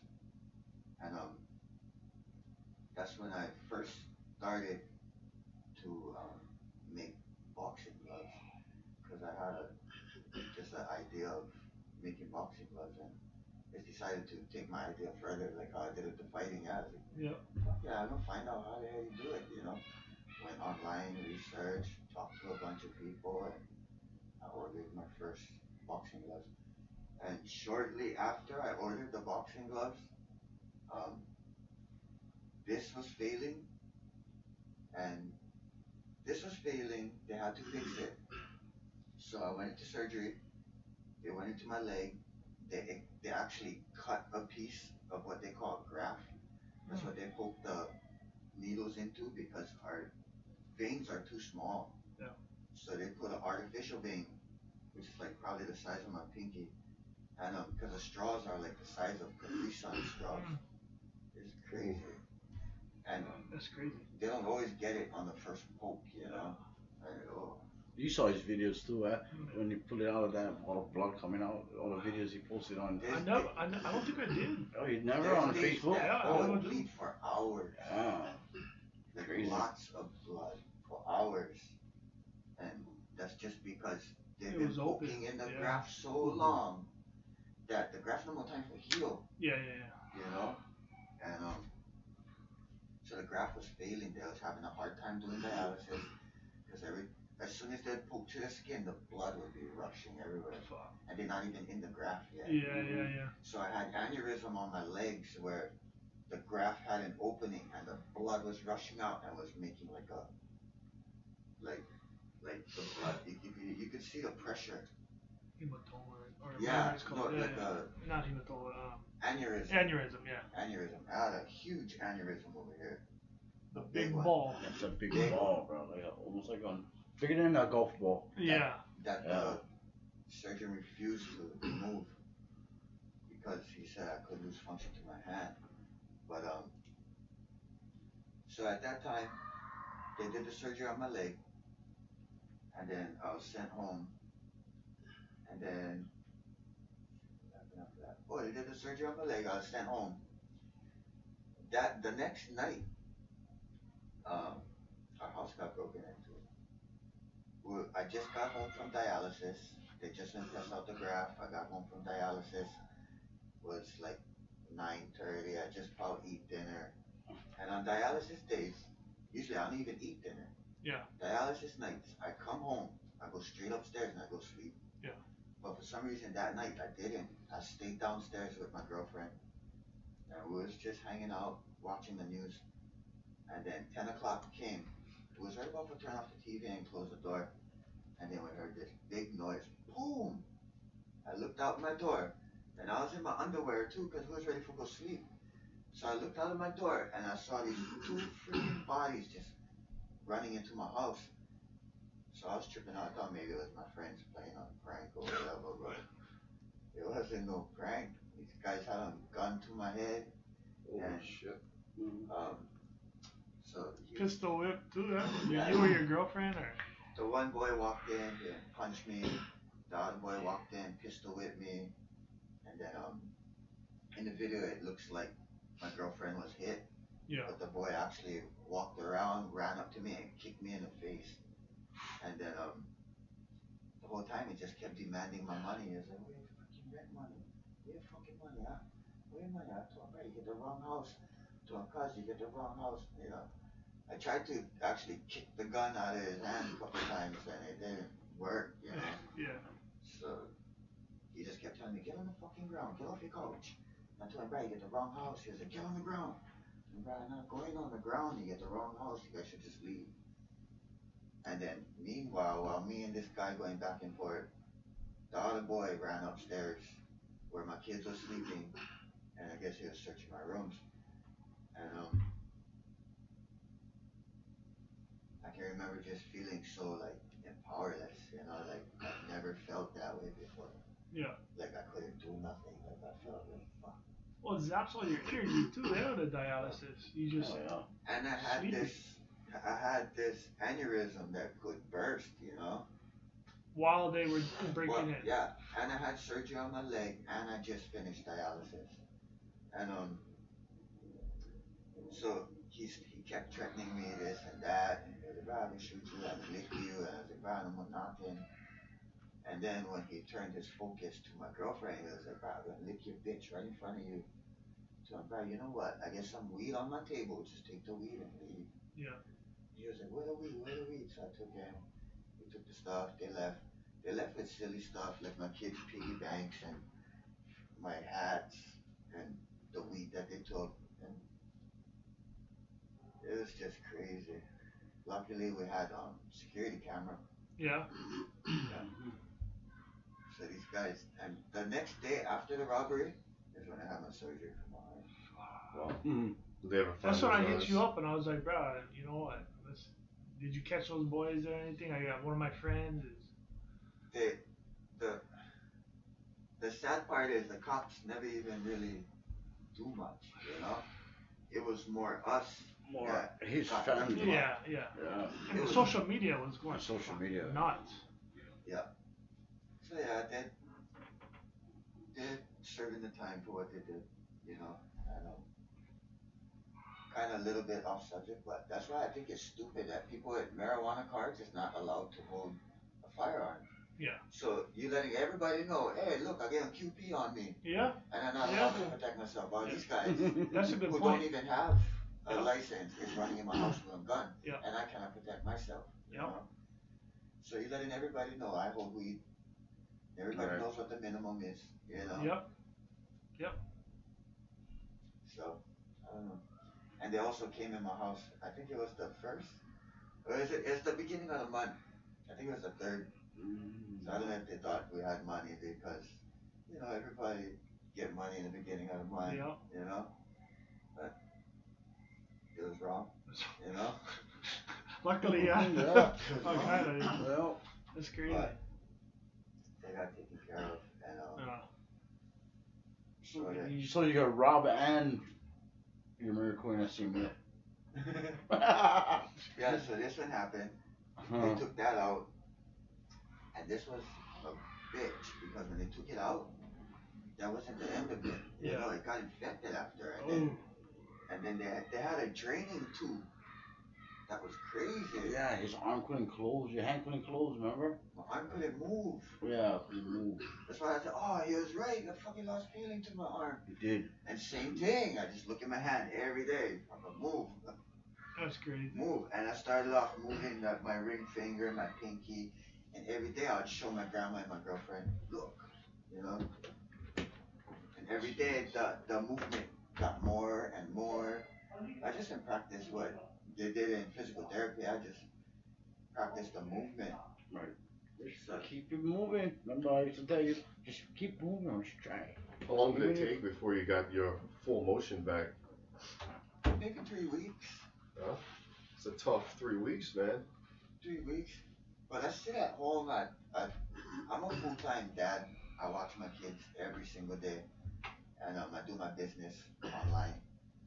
But yeah. So I just sit at home every day, and I just try to move my hand. My girlfriend couldn't take off of work that much, yeah. So there's still some limited mobility there. Yeah. Yeah. Like to this day, I still get nerve pain like on my fingertips, and every once in a while, like where my surgery was, the thing would just sting out of nowhere. Yep. And even in this arm too, over here, just it comes and goes. It's tolerable though, and it beats dialysis. Yeah. So you're on the last artery available for dialysis. What happens after all this?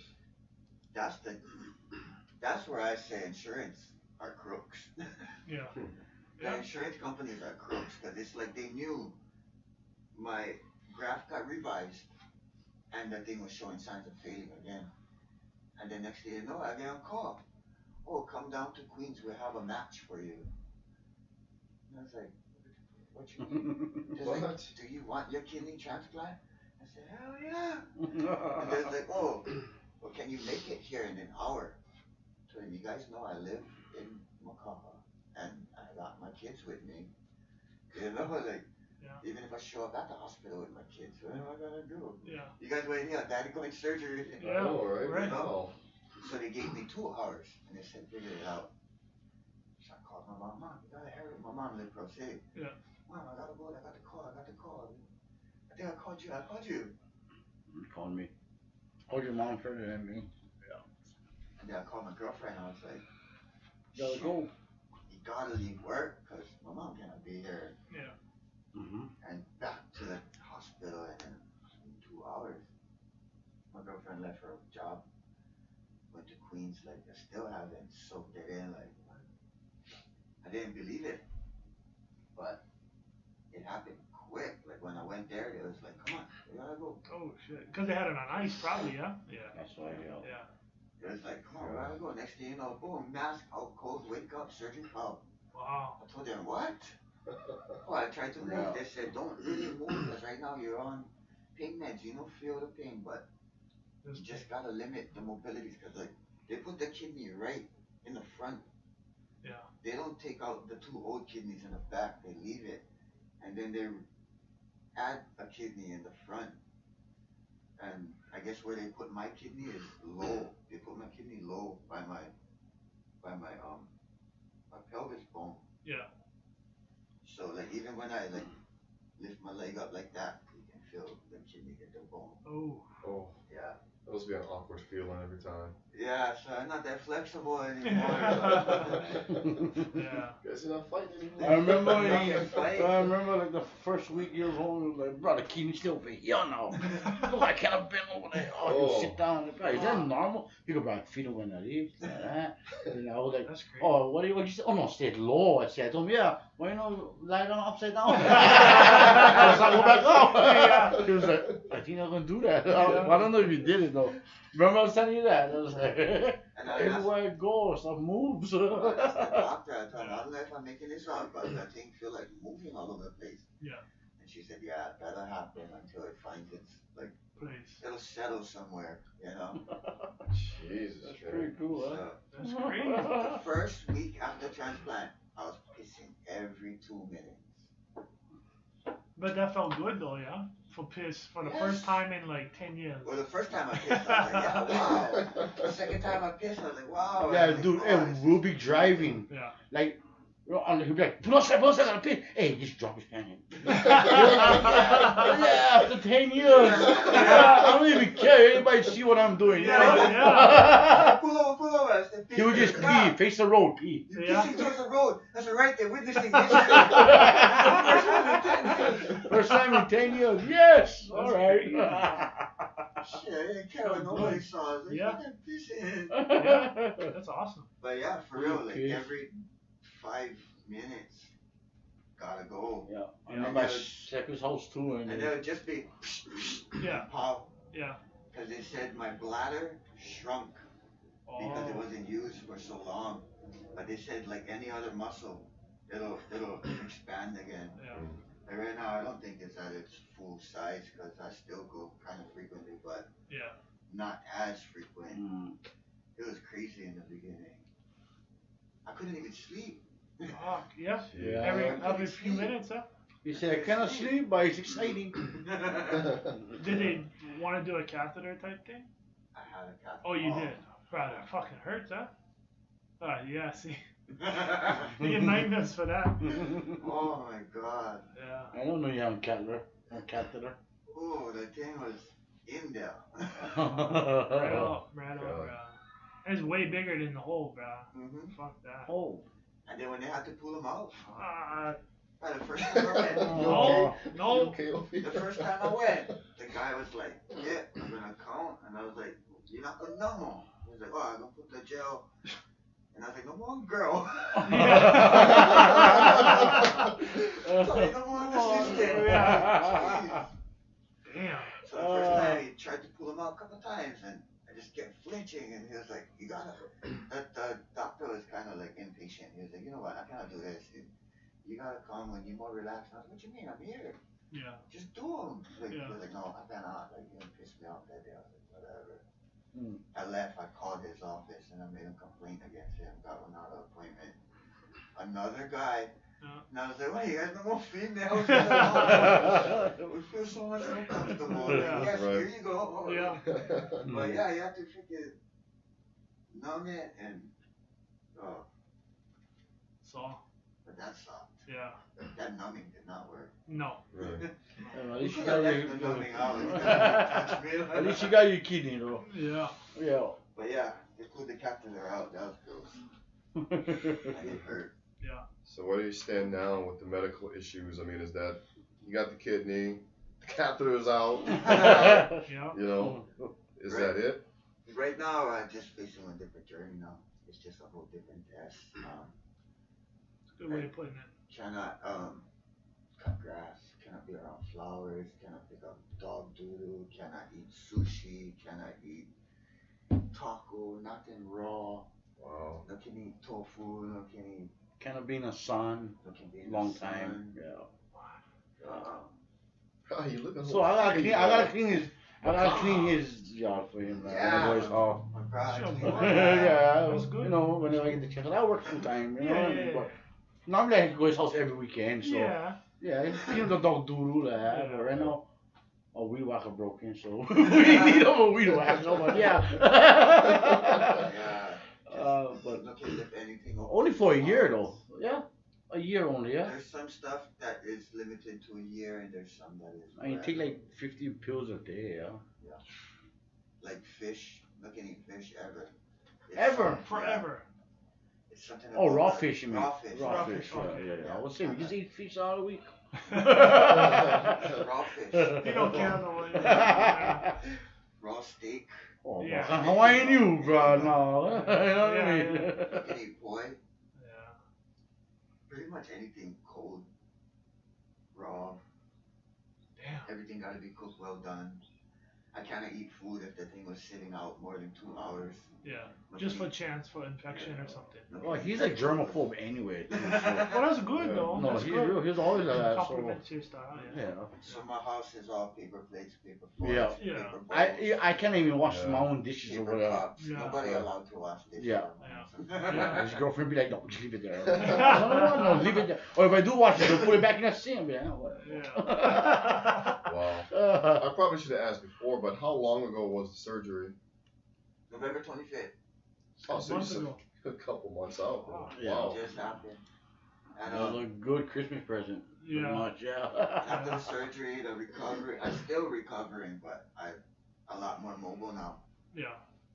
But How does it feel not to have to do dialysis anymore? great, I love I used to be in dialysis with. Like, Yeah.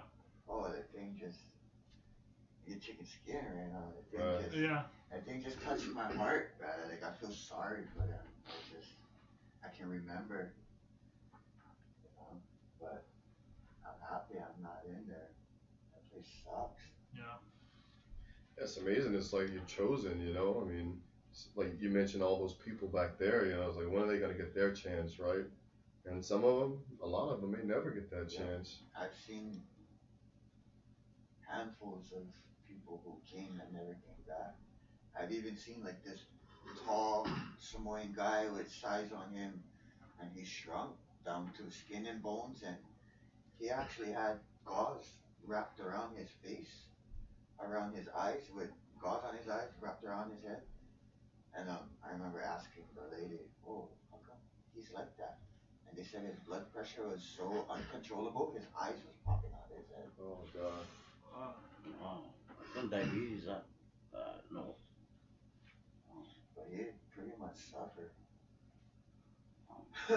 But That's insane. this new life is, I'm not no stranger to a challenge, so it's just a different challenge. Yeah. It's a challenge to live, you know. Yeah. And Yeah. Well, it's pretty clear, man. I mean, just even from your childhood days, you're a fighter, you know.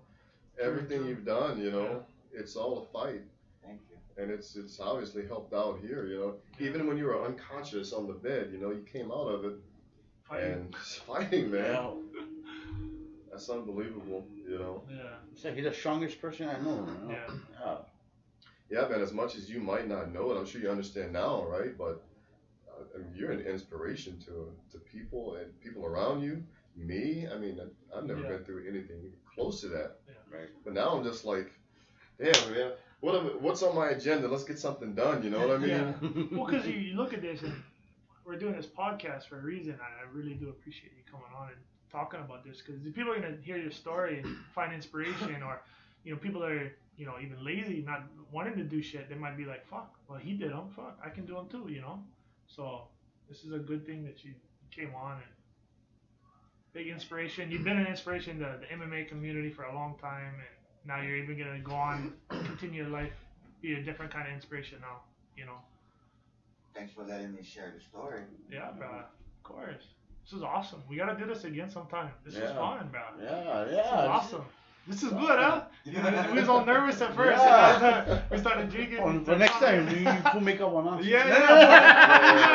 That's joking, bro. I got my beer this time. Yeah, Just your beer. beer. Yeah, I meant to bring a pair of gloves, but I forgot it. Yeah. Oh, what you made? Yeah. After my transplant is when I took the gloves a little more serious, because I was at home a lot and had more time on my hands, so I was like, so I took the gloves more serious. I started just messing around with graphic arts and just pretty much social networking, commenting and liking pictures and adding friends and just trying to advertise my gloves. Bang for bang, yeah? Yeah, bang for bang fight gear. And right now I got Extreme Couture asking to sell my gloves in their store. Oh shit. Yeah, Eric from Extreme Couture. Yeah. And we got Bellator. Bellator's fight manager, Joe Tenedora. He is asking to.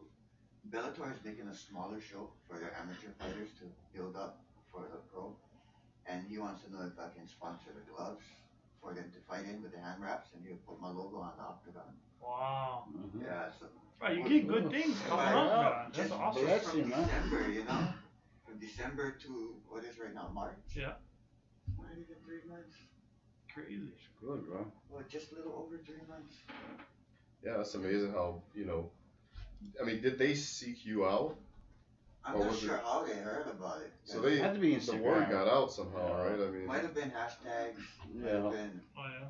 But I know Justin Tenedora, he's fighting on Bellator. Forget the date, I forget the date. It's in May 12th. And he actually messaged me and said, hey, how can I be a part of Bang Ohana?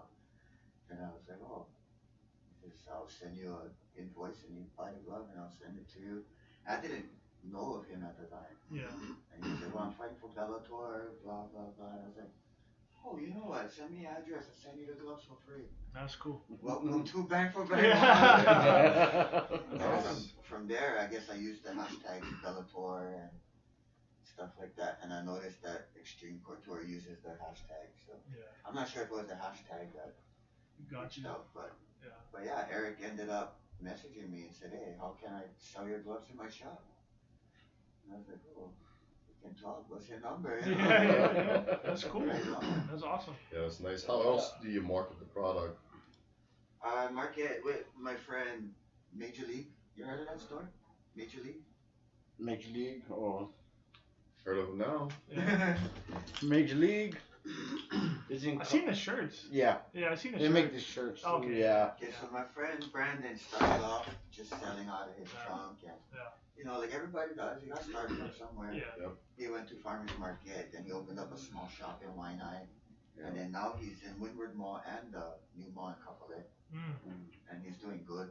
Oh, the Kamakana League one? Yeah. Yeah. Yeah. And so I sell my gloves out of his shop. And that helps with advertising too. You know? I advertise just by sponsoring fighters and then posting pictures of them. And I sponsor mostly young fighters. I like the upcoming fighters. Yeah.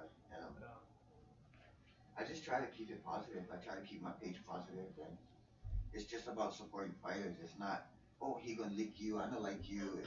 Support both guys and just support the sport, period. Yeah. Because this is a passion that I once had, and for me to support people that going after their passion, it's like it's an honor for me. Yeah. You know, it's like I'm able to still keep my feet in the sand in the sport.